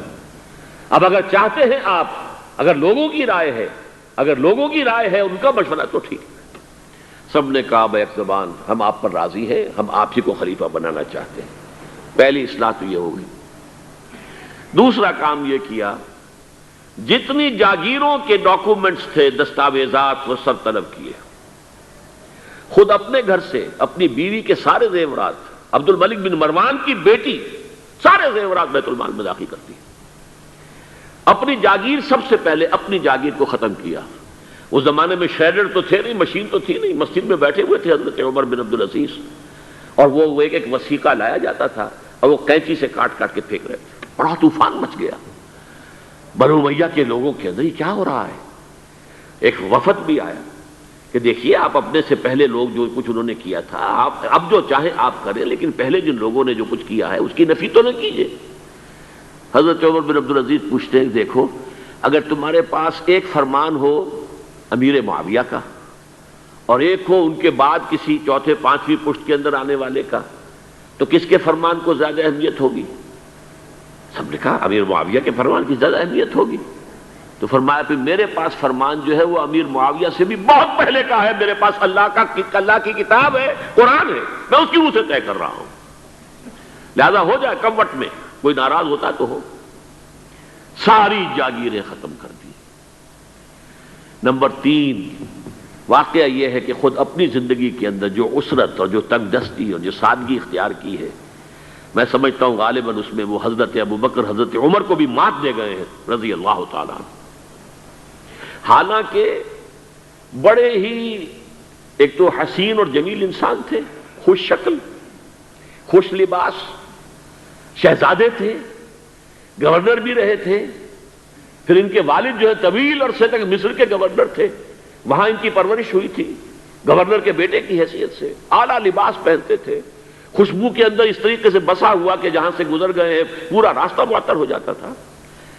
لیکن اب اچانک جو آیا ہے، جیسے ہی یہ بیعت ہوئی ہے خلافت کی، ان کی اہلیہ کہتی ہیں، حضرت فاطمہ ان کا نام تھا، کہ آ کر بیٹھ کر اور مسلح پر رونا شروع کر دیا. میں نے پوچھا کیوں، کیا ہوا؟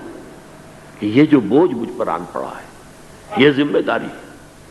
رونا شروع کیا. اور اس کے بعد واقعہ یہ ہے کہ انہوں نے ذاتی زندگی میں کپڑا صرف ایک جوڑا، 2 بھی نہیں، جمعے کے لیے بھی اس کے دھو کر سوکھنے کے لیے انتظار کرنا پڑتا تھا، تب جا کر پہن کر اس کو جمعے میں جاتے تھے. ایک دفعہ آئے ہیں اپنی بچیوں سے گفتگو کر رہے تھے تو بچیوں کو دیکھا عجیب حال ہے کہ وہ جو بھی بات کرتی ہیں پھر اپنے منہ پر ہاتھ بھی رکھ لیتی. پوچھا کیا سبب ہے؟ کہنے لگی آج ہم نے صرف پیاز سے روٹی کھائی ہے، ہمارے منہ سے بدبو آ رہی ہوگی، ہم نہیں چاہتی کہ آپ کو اس بدبو سے تکلیف پہنچے. حضرت عمر رونے لگے، لیکن کہا انہوں نے کہ میری بیٹیوں کیا تم یہ پسند کرو گی کہ تمہیں دنیا کی نعمتیں ملے اور عیش ہو اور تمہارا باپ جہنم میں جائے؟ ان بچیوں نے بھی رونا شروع کر دیا. سارے زیورات ختم، اپنی جاگیر ختم. وہ آپ نے پڑھے ہوں گے واقعات کہ اگر چراغ بھی ہے رات کو، سرکاری کام کر رہے ہیں تو وہ جو بیت المال کے تیل سے جو جلنے والا چراغ ہے وہ روشن ہے. خادم نے آ کر کوئی گھریلو بات کرنی چاہیے تو کہا پہلے چراغ گل کر دو پھر بات کرو. ذاتی بات ہو رہی ہو تو سرکاری جو تیل کا چراغ ہے وہ نہیں جلے گا. میں یہ سمجھتا ہوں، میں علی وجہ البصیرت کہہ رہا ہوں کہ میرے نزدیک تو اس قدر شاید باریک بینی کی باتیں جو ہیں میرے علم میں نہیں ہے کہ حضرت ابوبکر اور حضرت عمر. اور پھر یہ کہ وہاں کوئی ایسا کنٹراسٹ، سائملٹینیس کنٹراسٹ نہیں تھا، اس لیے کہ حضور کے ساتھ جد و جہد کرتے ہوئے ان کی زندگیوں میں پہلے بھی فقر اور ساری اختیاری فقر کی کیفیات تھیں. یہاں تو اچانک ہوا ہے کہ اس سے پہلے ایک بہت خوش باش، خوش لباس، خوش شکل، بہت ہی ہر طرح کے ناز و نعم کے اندر پلا ہوا انسان شہزادہ اچانک بوجھ آیا ہے تو زندگی کے اندر انقلاب آ گیا. یہ ہے خلیفہ اول. خلیفہ خامس ان کو کہا جاتا ہے، خلافت راشدہ میں شامل کیا جاتا ہے، اور یہ ہے سلسلہ تجدید خلافت کی پہلی کڑی. اور اس کو ہم کہیں گے یہ تجدید کامل تھی، کیونکہ ابھی خرابی آئی ہی صرف نظام حکومت میں تھی، اسی کو آپ نے درست کر دیا. یہ دوسری بات ہے کہ یہ بہت شارٹ لیوڈ رہی ہے، بات آگے نہیں چلی ہے، ان کو زہر دے دیا گیا، اس لیے کہ یہ بات زیادہ قابل برداشت نہیں تھی بنو امیہ کے پورے خاندان کے لیے، قبیلے کے لیے. انہیں گمان غالب یہی ہے کہ زہر دے کر جو ہے انہیں شہید کیا گیا ہے. لیکن بہرحال یہ پہلی کڑی ہے عمر بن عبد العزیز رحمۃ اللہ علیہ. اس کے بعد کی جو 13 صدییں ہیں ان میں جو مجددین امت ہیں ان کے کام کی نوعیت سمجھ لیجئے. خلافت کا نظام دوبارہ قائم نہیں ہو سکا تاحال. یہ سارا کام کیا رہا مجددین کا؟ علمی کام، اصلاحی کام. کوئی غلط نظریات آ گئے ان کی نفی، بدعات پیدا ہو گئی ان کی نفی، جو وقت کا تقاضا پیدا ہوا اس کو پورا کرنا علمی اعتبار سے. یہ مجددین جو ہے، میں جلدی سے آپ کو ان کی ایک فہرست جو ہے موٹے موٹے نام سنا دیتا ہوں. سب سے پہلا کام تھا جمع و تدوین حدیث اور تدوین فقہ اسلامی. ایک عظیم مملکت بن گئی تھی، تو اب اس کے لیے ضرورت تھی قانون کی. قانون اس طریقے سے مدون موجود نہیں تھا. تو ائمہ اربعہ ابو حنیفہ، مالک، شافعی، احمد ابن حنبل، ان لوگوں کا شمار مجددین امت میں ہے کہ انہوں نے علمی تقاضا جو ہے پورا کیا. امام بخاری، امام مسلم حدیث کو جمع کیا، اور احمد ابن حنبل رحمۃ اللہ علیہ نے خلق قرآن کے مسئلے کا جو ہے اس کا استیصال کیا اور اس کے مقابلے میں چٹان بن کر کھڑے ہوئے. 2 حضرات کا نام آتا ہے بہت نمایاں ہو کر، وعظ اور نصیحت و ارشاد. اسی وجہ سے یہ ہمارے ہاں کے تصوف کے سلسلوں میں سب سے زیادہ معروف نام ہیں 2. حضرت حسن بصری رحمۃ اللہ علیہ، اس لیے کہ 3 سلسلے ہمارے آپ کو معلوم ہے، قادریہ بھی اور چشتیہ بھی اور سہروردیہ بھی، حضرت علی سے پھر حضرت حسن بصری کے ذریعے سے آگے آتے ہیں. اور دوسرے شیخ عبد القادر جیلانی، وہ تو یوں سمجھیے کہ اس آفتاب ارشاد و ہدایت کے سورج کی حیثیت رکھتے ہیں. انہیں لوگوں نے اپنے محبت کے غلوب میں جو نام دیے، پیران پیر اور پیران پیر دستگیر اور غوث العظم، وہ اپنی جگہ پر ہے، اس کو چھوڑ دیجئے. لیکن اس میں کوئی شک نہیں کہ وعظ و نصیحت کی معراج پر تھے. فتنہ اعتزال پیدا ہوا اور ضرورت پیدا ہوئی کہ اسلام کے صحیح عقائد کو مرتب کر دیا جائے. تو امام ابو الحسن الاشعری میدان کے اندر آئے، انہوں نے یہ فریضہ سر انجام دیا اور معتزلہ کا جو ہے رد کیا اور ختم کیا اس کو. پھر فلسفہ یونان اور منطق، ارسطو کی منطق نے آ کر جو ڈیرا ڈالا ہے عالم اسلام پر بنو عباس کے دور میں، اور شک، شکوک، شبہات، تشکک، سکیپٹسزم، ہر طرح کے شکوک یہ جب پیدا کیے ہیں تو عظیم شخصیت امام غزالی رحمۃ اللہ علیہ کے سامنے آئی. انہوں نے اس کا ابطال کیا، اس کا رد کیا. مسلمانوں کے ذہنوں پر سے مرعوبیت جو تھی یونان کے فلسفے اور منطق کی، اس کو ختم کیا. بدعات و منکرات کچھ تصوف کے راستے سے، کچھ عام لوگوں کے یہاں رسومات جو پیدا ہو رہی تھی، ان کے ضمن میں علامہ ابن جوزی رحمۃ اللہ علیہ بڑی ہمت کے ساتھ صاحب اولو العزم ان لوگوں میں سے ہیں، اور اس کے ساتھ ہی علامہ عز الدین ابن عبد السلام. روح دین کا احیاء، روح دین ہے عشق الہی.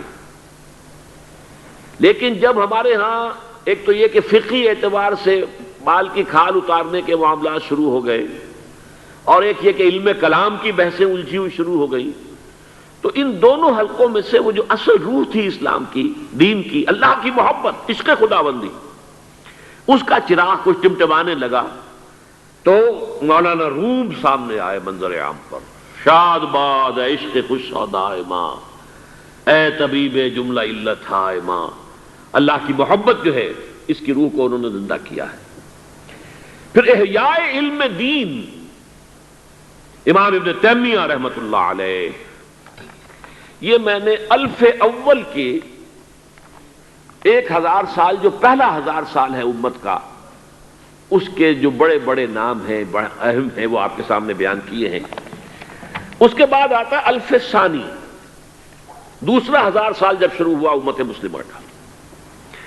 اس کے بارے میں ایک بات تو یہ نوٹ کیجئے کہ جغرافیائی اعتبار سے مرکز ثقل جو ہے امت مسلمہ کا، امت محمد کا صلی اللہ علیہ وسلم، وہ عالم عرب سے منتقل ہوا ہے جنوبی ایشیا میں، بر عظیم پاک و ہند میں۔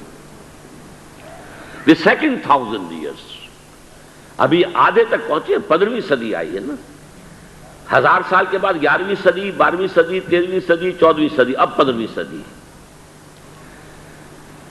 اور عجیب بات یہ ہے کہ اب ریورس آرڈر، ریورس گیئر لگا ہے۔ پہلے ہندوستان میں آتے تھے، علماء آ رہے ہیں، صوفیاء آ رہے ہیں، علم آ رہا ہے، تصوف آ رہا ہے باہر سے، اب ریورس گیئر لگا۔ 11ویں صدی ہجری کے مجدد اعظم، مجدد الف ثانی شیخ احمد سرہندی رحمت اللہ علیہ، ان کا سلسلہ نقشبندیہ مجددیہ اب یہاں سے نکل کر ریورس گیئر لگائے، افغانستان، ترکستان، پھیلتا پھیلتا کہاں تک، پورے ٹرکش بیلٹ کے اندر یہی سلسلہ مجددیہ جو ہے، نقشبندیہ، یہاں تک کہ آپ کے علم میں ہوگا قبر سائپرس جو ہے، اس کے اندر ایک بہت بڑا مرکز ہے اس کا۔ آج کل امریکہ میں بھی ایک بہت بڑی ان کی جو ہے وہ جمعیت قائم ہو چکی ہے۔ شاہ ولی اللہ دہلوی رحمت اللہ علیہ، انہوں نے علم دین کا جو احیاء کیا اس بر عظیم پاک و ہند میں، جس کے نتیجے میں یہ سارے مدارس، دیوبند کا مدرسہ سب سے بڑا، آپ کو معلوم ہے یہیں سے نکل کر یہ طالبان افغانستان کون ہے، اسی سلسلہ علم کے۔ پہلے علماء ادھر سے ادھر آتے تھے، اب یہ علم ادھر سے ادھر گیا ہے۔ یہ سارے علوم جو ہے وہ حقانیہ ہو، یا بنوری ٹاؤن کا مدرسہ ہو، یا کراچی کا جو دارالعلوم ہو، یا لاہور کا چاہے جامعہ اشرفیہ ہو اور چاہے جامعہ مدنیہ ہو، یہ کون ہے؟ یہ دیوبند کی بیٹیاں ہیں۔ اور دیوبند کون سا تھا؟ دیوبند در حقیقت وارث بنا ہے علوم ولی اللہ کا۔ پھر سید احمد بریلوی، جنہوں نے جہاد بالسیف کو اس تازہ کیا، مجدد جہاد اسلامی، سید احمد بریلوی، شاہ اسماعیل شہید رحمت اللہ علیہ۔ 14ویں صدی کے بارے میں اختلافات ہیں۔ 14ویں صدی کو ابھی ختم ہوئے، 20-21 برس گزرے ہیں، 22ویں برس میں ہیں اب ہم 15ویں صدی کے۔ آپ کو معلوم ہوگا کہ دیوبندی حضرات کا ایک بہت بڑا حلقہ ہے جو مولانا اشرف علی تھانوی رحمۃ اللہ علیہ کو سمجھتا ہے کہ وہ 14ویں صدی کے مجدد تھے، بلکہ مولانا عبدالباری ندوی رحمۃ اللہ علیہ نے تو کتاب لکھی جامع المجددین، مجددوں کے جامع۔ لیکن جو دیوبندی حلقے کے اندر جو حسینی مزاج کے لوگ ہیں، مولانا حسین مدنی رحمۃ اللہ علیہ کے عقیدت مند، وہ مولانا رشید احمد گنگوہی کے بارے میں سمجھتے ہیں رحمۃ اللہ علیہ کہ وہ 14ویں صدی کے جو مجدد تھے۔ ہمارے ہاں کا جو بریلوی مکتب فکر ہے، وہ اعلیٰ حضرت مولانا احمد رضا خان صاحب کو سمجھتا ہے کہ وہ مجدد تھے۔ میری ایک ذاتی رائے ہے جس میں کہ میں کبھی اکیلا تھا بالکل۔ آج سے تقریباً 20 سال پہلے میں نے یہ پہلی مرتبہ بات کہی تھی کہ میرے نزدیک 14ویں صدی ہجری کے مجدد شیخ الہند مولانا محمود حسن اسیر مالٹا۔ اب یہ بات میری خاصی اس کو پذیرائی مل رہی ہے دیوبندی حلقے میں۔ جب میں نے پہلی مرتبہ کہا تھا تو مولانا یہاں جامع مدنیہ کے سید حامد میاں رحمۃ اللہ علیہ ہوتے تھے، وہ چونک گئے تھے ایک دم کہ یہ عجیب بات ہے جو آپ کہہ رہے ہیں، اور صحیح ہے یہ بات جو آپ کہہ رہے ہیں، لیکن ہمارا کسی کا ذہن ادھر نہیں ہے۔ بہرحال 14ویں صدی کے مجدد یہ ہیں، یہ 400 برس گزر چکے ہیں، اب 15ویں صدی میں ہم ہیں۔ اب ایک بات میں کہہ رہا ہوں اور وہ میری ذاتی رائے ہے، گمان، اندازہ، اس میں مجھ سے اختلاف کرنے کا ہر ایک کو حق ہے۔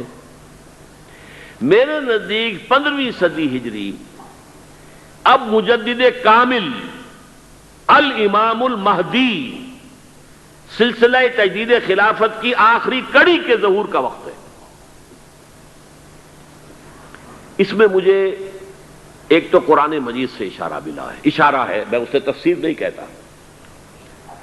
میرے نزدیک قرآن مجید میں چند آیتیں سورہ مدثر کی اور چند آیتیں سورہ انشقاق کی بڑی عجیب ہیں۔ سورہ مدثر کی آیات میں حضور کی آمد کا نقشہ کھینچا گیا ہے، کلا والقمر واللیل اذ ادبر والصبح اذا اسفر انها لإحدى الكبر نذیرا للبشر لمن شاء منکم ان یتقدم او یتأخر. نہیں، قسم ہے چاند کی، کلا والقمر واللیل اذا ادبر، اور رات کی جبکہ وہ پیٹھ موڑ لے جانے لگے، اور صبح کی جبکہ وہ روشن ہو جائے. حضور سے پہلے 600 برس ایسے گزرے ہیں دنیا میں کہ نبوت کا سورج نہیں تھا، بس چاند جیسے مستعار روشنی چاند کی ہوتی ہے، تو سابقہ انبیاء کی مستعار روشنی تو کوئی دنیا میں تھی، دھندلی دھندلی جیسی چاند کی ہوتی ہے، لیکن وہ سورج نہیں تھا. لیکن اب وہ رات ختم ہو رہی ہے، واللیل اذ ادبر، جا رہی ہے محمد صلی اللہ علیہ وسلم کا سورج، یہ شمس نبوت و رسالت طلوع ہو گیا. والصبح اذا اسفر انہا لإحدى الكبر، بہت بڑی باتوں میں سے ایک بات ہے جو ہوئی ہے، کوئی معمولی واقعہ نہیں ہے. احدى الكبر، یہ تاریخ انسانی کے عظیم ترین واقعات میں سے ہے بعثت محمدی. نذیرا للبشر، پوری نوع انسانی کے لیے نذیر بن کر آئے. یہ تو ہے حضور کا معاملہ. لیکن اب جو معاملہ ہونا ہے دوبارہ، اس لیے کہ خلافت علی منہاج النبوت دوبارہ اب قائم ہوگی انشاءاللہ. حضور کے بعد میں آپ کو بتا چکا ہوں، خلافت راشدہ ختم ہونے کے بعد سے زوال زوال زوال زوال زوال زوال زوال زوال زوال، تھوڑا سا 2.5 سال کا 2 سال کا وقفہ آیا ہے حضرت عمر بن عبدالعزیز کا، ورنہ زوال زوال زوال زوال زوال. اگرچہ اس زوال کو 1000 سال لگے ہیں. یہ عمارت جو محمد نے بنائی تھی ایک دن میں نہیں گر گئی صلی اللہ علیہ وسلم. کھنڈر بتا رہے ہیں عمارت عظیم تھی، 1000 سال کے بعد پھر یورپ کے سیلاب نے آ کر اس کو گرایا ہے اور ختم کیا ہے. ورنہ 1000 سال تک سطوت و شوکت کے ساتھ امت مسلمہ تو موجود رہی ہے، چاہے اسلام جو ہے وہ حکومت کی سطح پر موجود نہیں تھا. بہرحال اب جو اس کا دور آیا ہے دوبارہ خلافت علی منہاج النبوہ کا دور، اس کا نقشہ سورہ انشقاق میں کھینچا گیا ہے. فلا اقسم بالشفق. اب دیکھیے سورج غروب ہو گیا. حضور کی بعثت کے وقت وہ سورج رسالت طلوع ہوا تھا، اب وہ سورج غروب ہو چکا ہے. سورج کے غروب ہونے کے بعد صرف روشنی رہ جاتی ہے شفق کی، سرخ سی، بس وہی باقی رہ گئی. اور باقی کیا رہ گیا؟ بدا الاسلام غریبا ویسعود کما بدا فطوبى للغرباء. فلا اقسم بالشفق واللیل وما وسق. رات کی سی تاریکی ہے اور جو کچھ اس نے اپنے اندر جمع کر لیا ہے. والقمر اذا اتسق، اور قسم ہے چاند کی جبکہ وہ بھر جائے. پورا بھرتا ہے کتنے دنوں میں؟ 14 دن میں. اور 14 صدیوں کے بعد اب پہلی صدی کا جس نے کہ تجدید کامل کی عمر بن عبدالعزیز، 14 صدیوں کے بعد اب 15ویں صدی میں الامام المہدی کے ظہور کا وقت قریب ہے. اب جو کچھ مجھے حضرت امام المہدی کے بارے میں کہنا ہے، دوبارہ اپنی بات دہرا رہا ہوں، یہ میرا ذاتی گمان ہے، اختلاف کیا جا سکتا ہے. میرا گمان یہ ہے کہ یہ اب جو مجدد آئیں گے وہ حضرت مہدی ہوں گے. پہلی بات تو یہ جان لیجئے کہ مہدی 2 ہیں، ایک شیعوں کے مہدی، ایک سنیوں کے مہدی. ان میں بڑا فرق ہے. شیعہ حضرات مہدی کو مانتے ہیں، وہ ان کے 12ویں امام ہیں. ان کے عقیدے کے مطابق انہیں پیدا ہونے کے فوراً بعد اس اندیشے سے کہ انہیں قتل کر دیا جائے گا ایک غار میں چھپا دیا گیا تھا. تقریباً 1200 برس سے وہ اس غار کے اندر ہیں.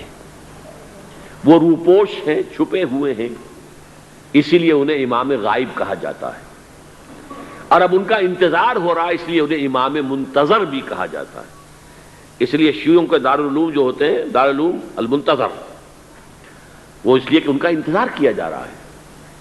تو یہ ہے، اب وہ ان کا خیال ہے کہ آخری دور میں، آخری زمانے میں وہ ظاہر ہو جائیں گے، غار سے نکل آئیں گے. دیکھیے میں اس عقیدے کو اس بنا پر رد نہیں کرتا کہ یہ ناممکن ہے کہ کیسے کوئی شخص جو ہے 1200 برس تک کسی غار کے اندر زندہ رہ سکتا ہے. نہیں، میں سمجھتا ہوں ممکن ہے. 300 برس تک اصحاب کہف رہے کہ نہیں رہے؟ سوئے رہے. 300 ایئرس ہم مانتے ہیں. حضرت عیسیٰ اسی حیات عرضی کے ساتھ 2000 سال سے موجود ہیں آسمان پہ کہ نہیں ہے؟ آپ کو معلوم ہے حضرت عزیر 100 برس تک مرنے کے بعد دوبارہ زندہ کر دیے گئے. فَأَمَاتَهُ اللَّهُ مِئَةَ عَامٍ ثُمَّ بَعَثَهُ. تو ناممکنات میں سے کوئی سوال پیدا نہیں ہوتا. لیکن یہ کہ آیا کوئی امامت معصومہ کا تصور قرآن اور حدیث سے ہمیں ملتا ہے؟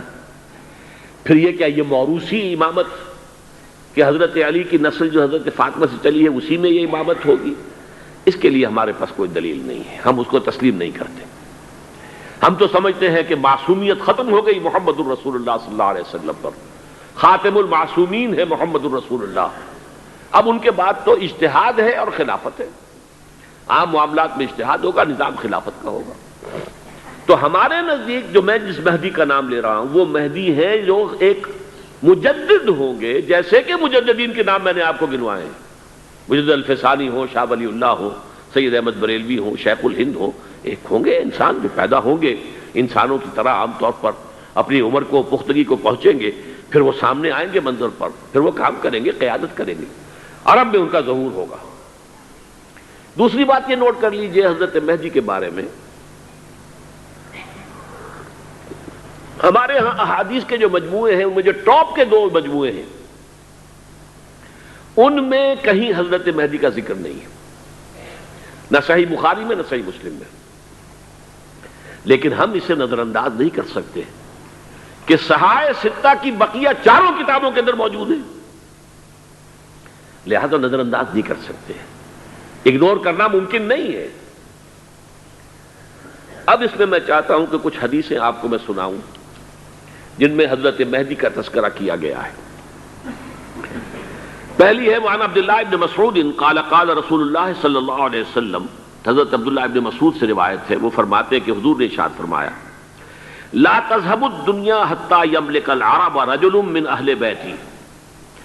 یہ دنیا ختم نہیں ہوگی جب تک کہ عرب پر میرے اہل بیت میں سے ایک شخص کی حکومت قائم نہ ہو. اور آپ کو معلوم ہے کہ آج تک عرب پر حضور کے اہل بیت کی کوئی حکومت قائم نہیں ہوئی. اور جب قائم ہوئی بھی تھی حضرت علی کو اگر شمار کیا جائے، اس لیے کہ حضور نے وہ جو مشہور واقعہ ہے کہ ایک چادر میں لے لیا تھا حضرت علی کو اور حضرت فاطمہ اور حضرات حسنین کو، اللہم ہؤلاء اہل بیتی، اے اللہ یہ بھی میرے اہل بیت ہیں. تو حضرت علی کی بھی حکومت منعقد نہیں ہوئی، پورے عالم اسلام پر ان کی حکومت نہیں تھی، اس لیے کہ شام اور مصر دونوں صوبے جو ہیں انہوں نے ان کی اطاعت قبول نہیں کی تھی. اس حوالے سے یہ معاملہ ابھی ہونا ہے. لا تذهب الدنيا حتى يملك العرب رجل من اہل بیتی یواطئ اسمہ اسمی. اس کا نام وہی ہوگا جو میرا نام ہے، یعنی محمد صلی اللہ علیہ وسلم، اور ان کا نام بھی مہدی کا نام بھی محمد ہو. مہدی تو ان کا لقب ہے. یہ ترمذی میں بھی ہے، ابو داؤد میں بھی ہے، سنن ابی داؤد، جامع ترمذی. بلکہ ابو داؤد میں ایک اور روایت ہے، قال حضور نے فرمایا لو لم يبق من الدنيا الا يوم. اگر دنیا کی زندگی میں سے کچھ بھی نہ بچے سوائے ایک دن کے، لطول اللہ تعالی ذلك اليوم، تو اللہ تعالیٰ اس دن کو لمبا کر دے گا، حتی یبعث فیہ رجلا منی، یہاں تک کہ میرے خاندان میں سے ایک شخص کو اٹھائے گا، من اہل بیتی، میرے اہل بیت میں سے، یواطئ اسمہ اسمی و اسم ابی ہے اسم ابی، جس کا نام میرے نام پر ہوگا، جس کے والد کا نام میرے والد کے نام پر ہوگا، محمد ابن عبداللہ ان کا نام ہوگا. اور وہ یملأ الارض قسطا وعدلا کما ملئت ظلما وجورا، وہ سرزمین عرب کو عدل اور انصاف سے اسی طرح بھر دیں گے جیسے کہ وہ ظلم اور زیادتی سے بھر چکی ہوگی. دوسری روایت ہے حضرت ابو سعید خدری رضی اللہ تعالی عنہ سے، حضور نے فرمایا المہدی منی اجل الجبہۃ اقن الانف یملأ الارض قسطا وعدلا کما ملئت ظلما وجورا یملک 7 سنین، رواہ داود. کہ مہدی مجھ میں سے ہوں گے بڑی روشن پیشانی والے اور بڑی کھڑی ناک والے، وہ زمین کو بھر دیں گے انصاف سے اور عدل سے جیسے کہ وہ ظلم سے بھری ہوئی ہوگی، اور وہ 7 برس تک حکومت کریں گے. عرب میں خالص خلافت علی منہاج النبوہ کا نظام حضرت مہدی کے ہاتھوں قائم ہوگا اور 7 برس تک قائم رہے گا عرب کے اندر. اس کا اگلا مرحلہ میں بعد میں بیان کروں گا. تیسری روایت، اور اس کو میں اس لیے خاص طور پہ سنا رہا ہوں کہ اس میں وہی الفاظ آئے ہیں جو میں نے ابتدا میں حدیث آپ کو سنائی تھی، اس کے الفاظ ہیں۔ عن ابی سعید قال ذکر رسول اللہ صلی اللہ علیہ وسلم بلان یصیب هذه الامہ حتی لا یجد الرجل ملجا یلجا الیہ من الظلم۔ حضور نے ذکر فرمایا کہ ایک دور ایسا آئے گا انتہائی ابتلا اور آزمائش اور مصائب کا کہ کسی شخص کو کوئی سر چھپانے کی جگہ نہیں ملے گی اس ظلم سے اپنے آپ کو بچانے کے لیے۔ فَيَبْعَثُ اللَّهُ رَجُلًا مِنْ عِتْرَتِي وَأَهْلِ بَيْتِي، تو پھر اللہ میرے خاندان میں سے، میرے اہل بیت میں سے اٹھائے گا ایک شخص کو، فَيَمْلَأُ بِهِ الْأَرْضَ قِسْطًا وَعَدْلًا، اور اس کے ذریعے سے اللہ تعالیٰ زمین کو عدل و قسط سے بھر دے گا۔ يَرْضَى عَنْهُ سَاكِنُ السَّمَاءِ، یہ وہی الفاظ آ گئے، اب اس سے پھر راضی ہو جائیں گے آسمانوں میں رہنے والے بھی، وَسَاكِنُ الْأَرْضِ، اور زمین میں رہنے والے بھی۔ لا تدع السماء من قطرها شيئا الا ثبته، آسمان اپنا ایک قطرہ بھی نہیں روکے گا مگر یہ کہ اس کو زمین کے اوپر نثار کر دے گا، بارش کی شکل میں گرا دے گا۔ ولا تدع الارض من نباتها شيئا الا اخرجته، اور زمین اپنی پیداوار میں سے کوئی شے نہیں چھپائے گی، نہیں روکے گی مگر اس کو ظاہر کر دے گی۔ چوتھی حدیث جو ہے وہ حضرت ام سلمہ سے رضی اللہ تعالی عنہ قال سمعت رسول اللہ صلی اللہ علیہ وسلم یقول المہدی من عترتی من اولاد فاطمہ، رواہ ابو داؤد، یہ بھی سنن ابو داؤد کی روایت ہے۔ حضور نے فرمایا مہدی میرے خاندان سے، میرے اہل بیت سے ہوں گے، یعنی اولاد فاطمہ میں سے، اور تفسیر اس کی آتی ہے کہ حضرت حسن کی اولاد میں سے ہوں گے۔ پانچویں حدیث میں آپ کو سنا رہا ہوں، اور اس میں ایک عجیب مشابہت آپ کے سامنے آئے گی حضرت عمر بن عبدالعزیز کے ساتھ، یہ اول اور آخری کڑی کے درمیان مشابہت۔ عن علی رضی اللہ تعالی عنہ، یہ حدیث جو ہے مسند احمد ابن حنبل میں بھی ہے اور سنن ابن ماجہ میں بھی ہے۔ قال قال رسول اللہ صلی اللہ علیہ وسلم المہدی منا اہل البیت یصلح اللہ فی لیلۃ، مہدی ہم میں سے ہوں گے، ہمارے اہل بیت میں سے، اور اللہ ایک ہی رات میں ان کی اصلاح کر دے گا۔ یعنی وہ پہلے سے کوئی زیادہ روحانی یا دینی کوئی اس طرح کی شخصیت نہیں ہوں گے، لیکن ایک ہی رات میں اللہ تعالیٰ ان کی سیرت و کردار کے اندر انقلاب عظیم برپا کر دے گا۔ جیسے کہ میں نے عرض کیا تھا آپ سے کہ عمر بن عبدالعزیز کی زندگی میں انقلاب عظیم آیا ہے، خلافت کا بوجھ پڑتے ہی کہاں وہ خوش باش اور خوش لباس اور خوش خوراک، وہ شہزادہ ٹھاٹ باٹ والا، جاگیر والا، گورنر کا بیٹا اور خود گورنر، اور کہاں یہ کہ اس کی وہ درویشی جو میرے نزدیک واللہ عالم، ڈرتے ڈرتے کہہ رہا ہوں، میرے نزدیک وہ حضرت ابو بکر، حضرت عمر اور حضرت علی کی درویشی کو بھی مات دے گئی، لیکن کنٹراسٹ بہت شدید ہے۔ وہاں جو بھی کچھ تھا وہ تدریجاً آیا تھا، ہوتے ہوتے ہوتے ایک انتہا، اور یہاں سڈن آیا۔ چھٹی حدیث عن انس سمعت رسول اللہ صلی اللہ علیہ وسلم یقول نحن ولد عبد المطلب سعادت اہل الجنہ، ہم عبد المطلب کی جو اولاد ہیں اور نسل ہیں، ہم جنت کے سردار ہیں۔ اور پھر آپ نے نام گنوائے ہیں، انا وحمزۃ وعلی وجعفر والحسن والحسین والمہدی، میں خود اور حضرت حمزہ بنو عبد المطلب میں سے، عبد المطلب کے بیٹے، اور علی اور جعفر حضرت علی کے بھائی جعفر طیار، اور حسن اور حسین حضرت فاطمہ کے لخت جگر حضرت علی کے بیٹے، والمہدی، اور آخر میں جا کر پھر مہدی۔ اب میں آپ کو ایک حدیث سنانے چلا ہوں جس میں ایک عجیب نقشہ سامنے آتا ہے کہ یہ مہدی جب ظاہر ہوں گے تو کس طور سے ظاہر ہوں گے، ان کے ظہور کی کیفیت کیا ہوگی، کیف یظہر۔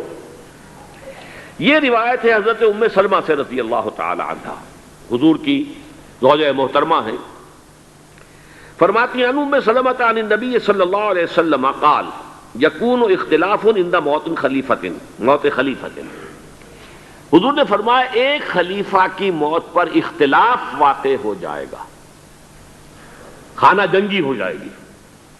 فَيَخْرُجُ رَجُلٌ مِّنْ أَهْلِ الْمَدِينَةِ حَارِبًا إِلَىٰ مَكَّةَ، پھر مدینے کے لوگوں میں سے ایک شخص نکلے گا، بھاگے گا اور جا کر پناہ لے گا اور چھپ جائے گا مکے میں۔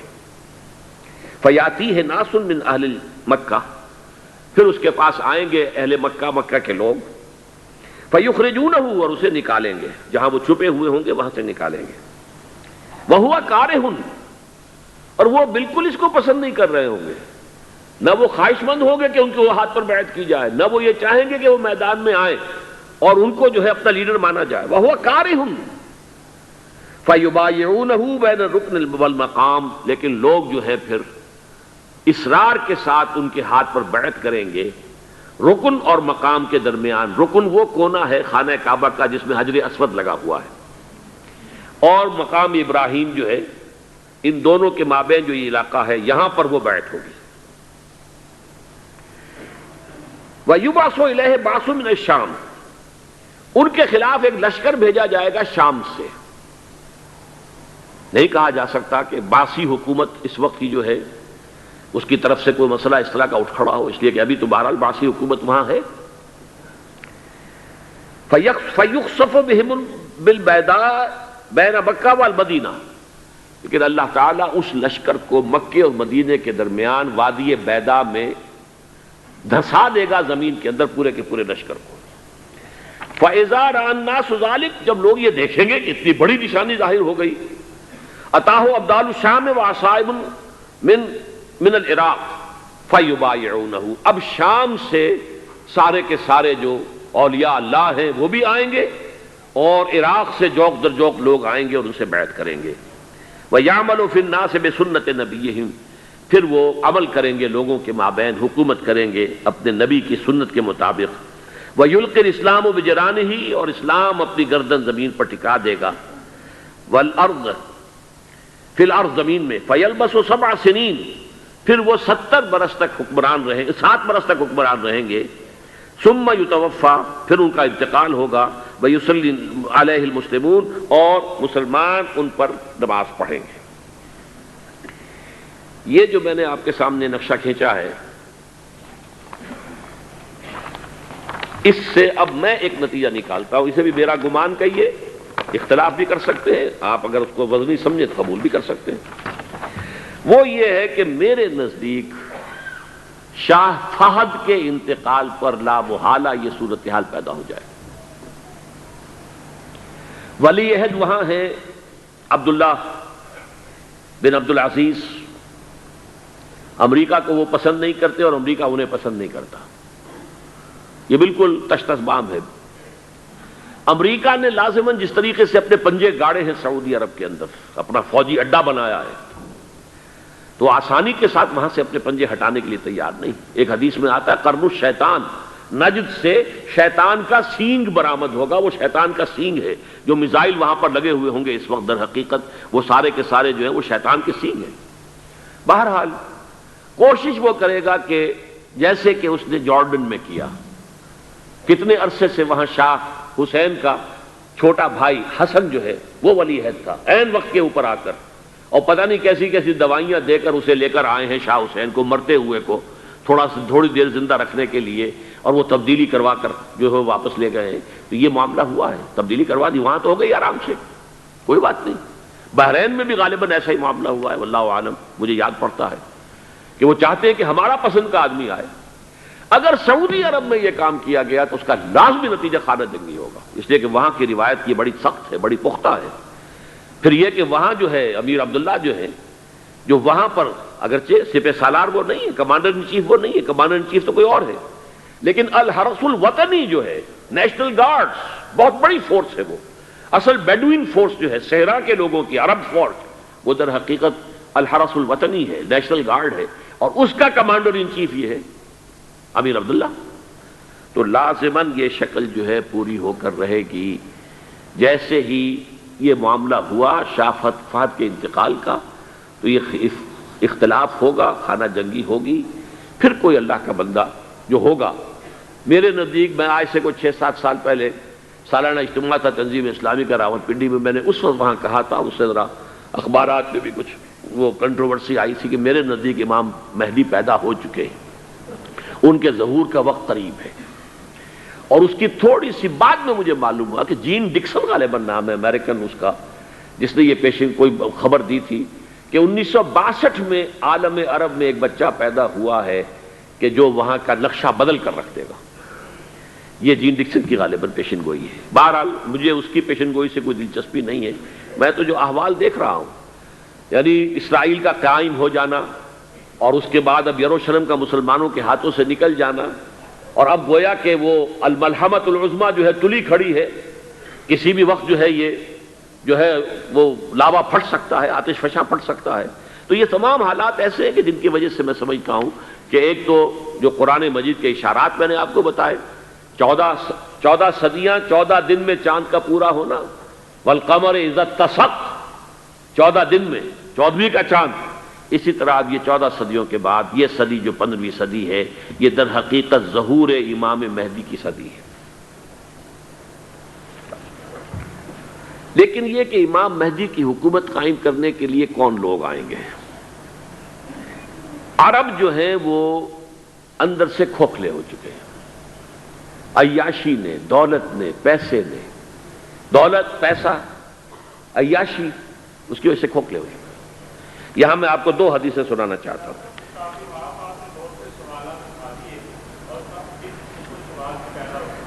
بہت سے ہو گئے، آپ اطمینان سے تشریف رکھیے.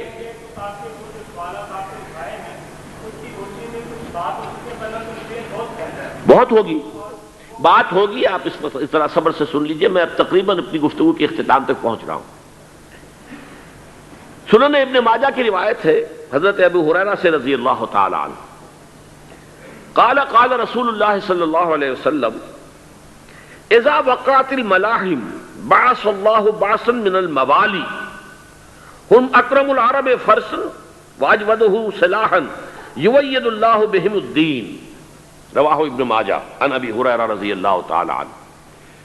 جب ملاحم کا دور شروع ہوگا تو اللہ تعالیٰ اٹھائے گا ایک لشکر یا لشکروں پر لشکر موالی میں سے. موالی کون ہے؟ عربوں نے جب فتح کیا تھا اس پورے علاقے کو خلافت راشدہ کے دوران، اور پھر وہ لوگ جو ہے، ایک رائے تو یہ تھی کہ انہیں غلام بنایا جائے سارے آبادیوں کو، لیکن یہ کہ حضرت عمر کا اجتہاد تھا، اس کے مطابق جو ان کو غلام نہیں بنایا گیا تو وہ موالی کی حیثیت رکھتے ہیں. عربوں میں دم نہیں ہے، موالی میں سے لشکر اٹھیں گے کہ جو در حقیقت حضرت مہدی کی حکومت کو قائم کریں گے. دوسری حدیث سنیے، عن عبداللہ ابن الحارث رضی اللہ تعالی عنہ، اور یہ ابن ماجہ کی روایت ہے. قال قال رسول اللہ صلی اللہ علیہ وسلم یخرج الناس من المشرق فیوطئون للمہدی یعنی سلطانہ.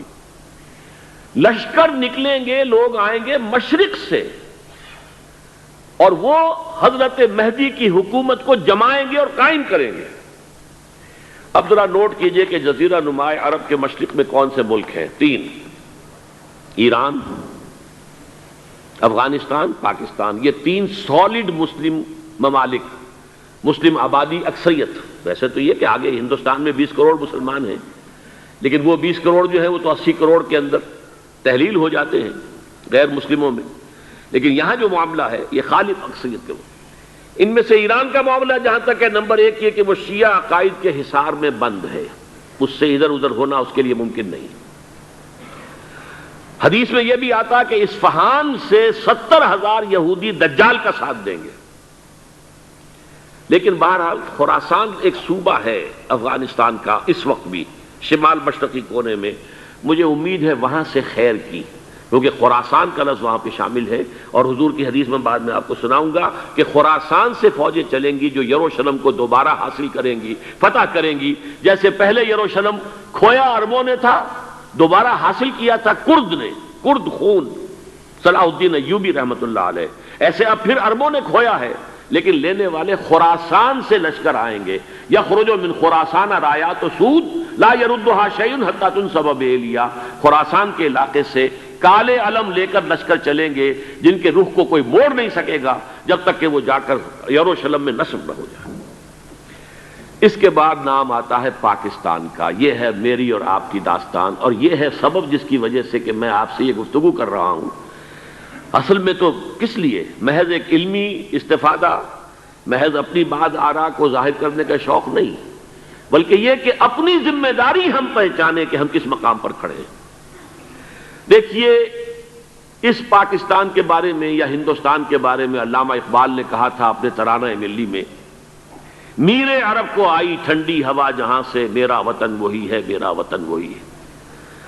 اور مجھے بتایا گیا کہ سنن ابی داؤد میں یہ روایت موجود ہے کہ حضور نے فرمایا کہ ہندوستان کی طرف سے مجھے ٹھنڈی ہوا آتی، اگرچہ مجھے وہ حدیث ابھی نہیں ملی ہے، لیکن حزب التحریر کا ایک کارڈ مجھے ملا تھا، تو اس میں اس حدیث کا اور اس میں ابو داؤد کا روایت کا حوالہ موجود تھا۔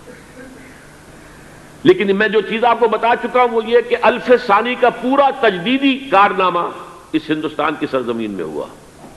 مجدد الف ثانی شیخ احمد سرندی، شاہ ولی اللہ دہلوی، سید احمد بریلوی، وہ تو ہمارے پاکستان میں آ کر جو ہے ان کا خون جذب ہوا ارض پاکستان میں۔ پھر شیخ الہند مولانا محمود حسن۔ تحریک خلافت چلی تو صرف ہندوستان میں چلی اور کہیں نہیں چلی۔ آزادی کی تحریک چلی پوری دنیا میں، وہ نیشنلزم کی بنیاد پر چلی، ملے نیشنلزم، عرب نیشنلزم، ٹرک نیشنلزم۔ ہمارے ہاں چلی تو اسلام کے نام پر، پاکستان کا مطلب کیا؟ لا الہ الا اللہ۔ پھر پاکستان قائم ہوا معجزے کے طور پر، بلکہ نازل ہوا ہے لیلۃ القدر میں، انا انزلناہ فی لیلۃ القدر، جیسے قرآن نازل ہوا لیلۃ القدر میں، یہ پاکستان بھی نازل ہوا لیلۃ القدر میں۔ اس کا برقرار رہنا ابھی تک معجزہ ہے۔ ہندو یہ سمجھتا تھا، کانگریس سمجھتی تھی کہ جھٹپٹ ختم ہو جائے گا۔ پھر یہ کہ اس کا قرارداد مقاصد کا پاس ہو جانا، مزید بھی اور اضافی دفعات دستور میں آ جانا، اب کمرشل انٹرسٹ کو ربا قرار دے کر حرام قرار دینا، یہ سارے لینڈ مارکس ہیں کہ جو اشارہ کر رہے ہیں کسی چیز کی طرف، معاملہ کدھر جا رہا ہے۔ پھر یہ کہ یہ جو 14ویں صدی کے مجدد تھے شیخ الہند، اس کے بعد سے کچھ ایسی شخصیتیں عظیم پیدا ہوئی ہیں ہند میں، جن کو میں سمجھتا ہوں کہ 14ویں صدی کے مجدد اور 15ویں صدی کے مجدد کے درمیان، یہ 15ویں صدی کے مجدد کی راہ کو سیدھا کرنے والے، جیسے کہ حضرت یحییٰ نے کہا تھا میں تو آنے والے کا راستہ سیدھا کر رہا ہوں حضرت عیسیٰ کے لیے، ایسے ہی 15ویں صدی کے لیے امام مہدی کے لیے راستہ صاف کرنے والے سب سے پہلے علامہ اقبال، جنہوں نے اسلام کا تصور دین کی حیثیت سے دوبارہ زندہ کیا ہے، ورنہ اسلام ایک مذہب کی شکل اختیار کر چکا تھا۔ پھر مولانا مودودی، مولانا ابوالکلام آزاد حکومت الہیہ کے نعرے کے ساتھ میدان میں آئے۔ یہ اقبال نے جو تصور پیش کیا تھا اس پر عملی جد و جہد کے لیے حزب اللہ قائم ہوئی۔ نوٹ کر لیجئے 11 برس کا فرق ہے عمر کا علامہ اقبال کے اور ابوالکلام کے، اور 1913 میں جب حزب اللہ قائم کی ہے اس وقت علامہ اقبال کی ملی شاعری اپنے عروج کو پہنچ چکی تھی۔ پھر یہ کہ علامہ اقبال کے بعد تعمیل جو ہے اس کام کی وہ ابوالکلام نے کی، لیکن روایتی علماء کی شدید مخالفت کی وجہ سے وہ بددل ہو کر چھوڑ گئے، کانگریس میں شامل ہو گئے، بساط جو ہے حزب اللہ کی انہوں نے لپیٹ دی۔ پھر مولانا مودودی آئے، انہوں نے وہ ڈور جو ہے اس کا سرا تھاما، جماعت اسلامی قائم کی حکومت الہیہ ہی کے قیام کے لیے، اگرچہ میرے نزدیک یہ کہ وہ انتخابی اور ایک قومی سیاست کی ایک جماعت بن کر پاکستان میں جو ہے دلدل میں پھنس گئی ہے۔ اب ہم اس کی کوشش کر رہے ہیں، تنظیم اسلامی اور یہ تحریک خلافت جس کے تحت یہ جلسہ ہو رہا ہے، یہ ساری چیزیں وہ ہیں کہ آپ کو سوائے پاکستان کے اور کہیں نہیں ملیں گی پوری دنیا میں۔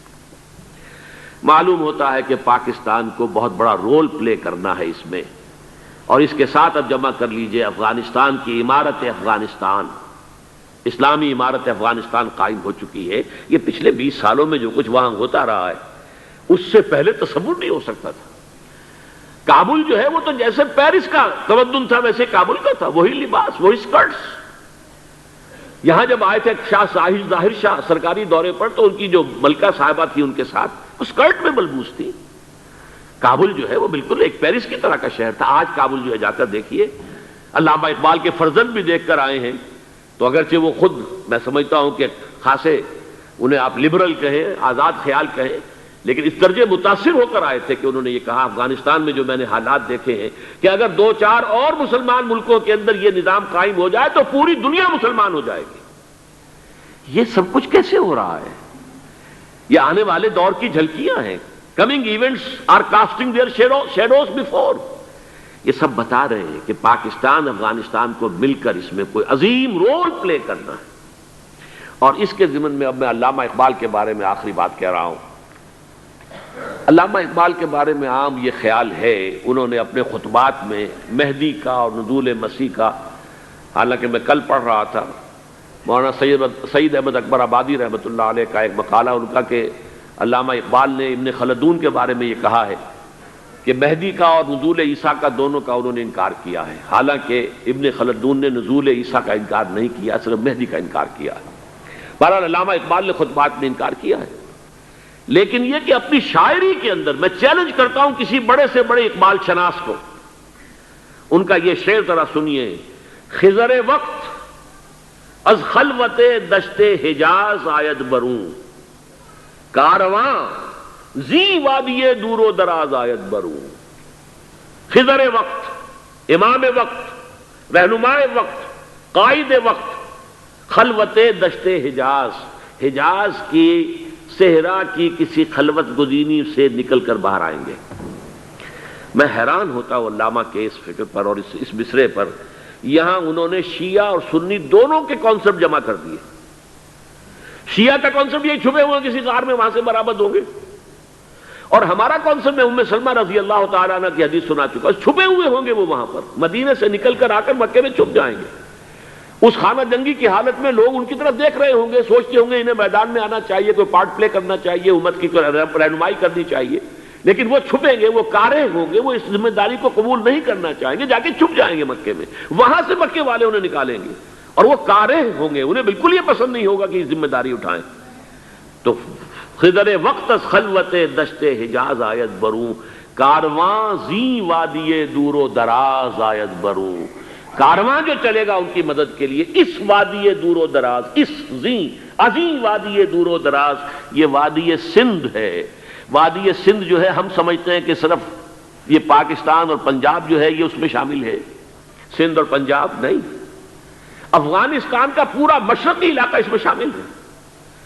جیسے دریائے جہلم سندھ میں جا رہا ہے، جیسے دریائے گلگت سندھ میں آ کر ملتا ہے، جیسے دریائے چناب اور راوی اور جہلم اور یہ سب جا رہے ہیں اور آ رہے ہیں، اسی طرح دریائے کابل کہاں سے آ رہا ہے، دریائے گومل کہاں سے آ رہا ہے، ٹوچی کہاں سے آ رہا ہے، یہ سارا جو ہے ڈرین جو ہو رہا ہے، ایسٹرن جو ہے پارٹ آف افغانستان، یہ سب وادی ہے۔ اس وادی کے یہ دو حصے ہیں، ایک حصہ جو ہے یہ ادھر پاکستان میں ہے، اور اسی وادی کا دوسرا حصہ جو ہے وہ افغانستان میں ہے۔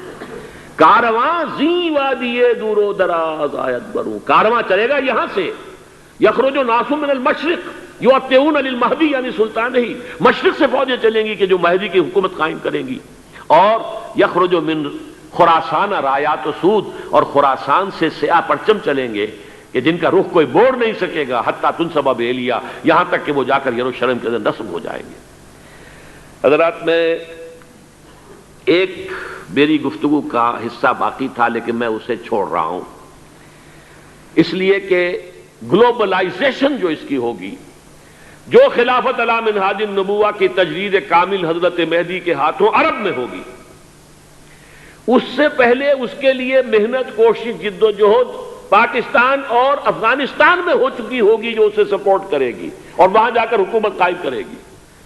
اس کے بعد گلوبلائزیشن کا جو مرحلہ اس کا ہے وہ حضرت مہدی کے ہاتھوں نہیں ہے، وہ حضرت عیسیٰ ابن مریم ان کے نزول کے بعد ہے، جن کے نزول کے بعد دجال کا خاتمہ ہوگا اور یہودیوں کا استحصال ہوگا، مسلمانوں پر بھی بڑی تکالیف عربوں پر آئیں گی، شدائد آئیں گے، لیکن یہ وہ میں حصہ جو اپنی گفتگو کا آج چھوڑ رہا ہوں، اس لیے کہ میں دیکھ رہا ہوں کہ بعض حضرات کا صبر کا پیمانہ اب لبریز ہو رہا ہے، تو میں اس حصے کو پھر ملتوی رکھتا ہوں کسی دوسری محفل اور کسی دوسری مجلس اور نشست پر۔ آخری بات یہ کہہ رہا ہوں، ہم پاکستانیوں کے کرنے کا اصل کام کیا ہے؟ یہ بختے میں آ پڑی ہے سخن گسترانہ بات۔ پہلی بات یہ کہ ہماری جد و جہد مرکوز ہو جانی چاہیے کہ یہاں خلافت علی منہاج النبوہ کا نظام قائم کرنے کی جد و جہد کریں۔ اس کے دو راستے ہیں، ایک سہل راستہ ہے، اللہ تعالیٰ جس کے لیے بھی اس کو سہل کر دے، اگر بظاہر تو بڑا مشکل ہے، نظر آتا ہے کہ لوگ اسے قبول نہیں کریں گے، کر لیں تو پھر بہت آسان راستہ ہے۔ تمام دینی جماعتیں پاور پالیٹکس سے، الیکشن کی سیاست سے وڈرا کریں اور اپنی تمام توانائیاں متحد ہو کر مرکوز کر دیں۔ نمبر ایک یہ کہ پاکستان کے دستور میں جس قدر اسلامی دفعات آ چکی ہیں، ان کو جو غیر مؤثر کرنے والے چور دروازے ہیں وہ بند کروائے جائیں، جس کے لیے آپ کو یاد ہوگا میں نے مہم چلائی تھی نواز شریف صاحب کے دور حکومت میں کہ یہ ترامیم آپ مزید کر دیجئے، تو یہ جو چور دروازے ہیں جس کی وجہ سے قرارداد مقاصد ہو، دفعہ 227 ہو، یہ سب کے سب، اور یہ جو فیڈرل شریعت کورٹ ہے، یہ سب غیر مؤثر پڑے ہوئے ہیں۔ کاؤنسل آف اسلامک آئیڈیالوجی غیر مؤثر پڑی ہوئی ہے، ساری چیزیں موجود، پورا اسلام موجود ہے لیکن غیر مؤثر ہے۔ چور دروازے بند کر دو خدا کے لیے، تاکہ یہ اس مؤثر ہو جائے، بڑی آسانی کے ساتھ، بہت ہی عمدگی کے ساتھ، بغیر کسی خون خرابے کے اسلامائزیشن آف لاس اور اس کی امپلیمنٹیشن شروع ہو جائے۔ اور نمبر 2 یہ استیصال منکرات کے لیے امر بالمعروف نہی عن المنکر، اس کے لیے میدان میں آ کر کے ہمیں نہ حکومت چاہیے نہ اقتدار چاہیے، ہمیں صرف یہ چاہیے یہ حرام ہے، یہ حرام ہے، یہ حرام، اسے ختم کرو، اسے ختم کرو، اسے ختم کرو۔ اس کے لیے میدان میں آئے۔ من رأى منکم منکرا فلیغیرہ بیدہ فإن لم یستطع فبلسانہ فإن لم یستطع فبقلبہ۔ حضرات اگر یہ کام ہو جائے، دینی جماعتیں، جماعت اسلامی، جمعیت علماء اسلام، جمعیت علماء پاکستان، ابھی ان کا ایک متحدہ محاذ بنا بھی ہے، لیکن یہ کہ اس کے بننے کے فوراً بعد ہی بات یہ آ گئی تھی کہ یہ انتخابی اتحاد ہوگا۔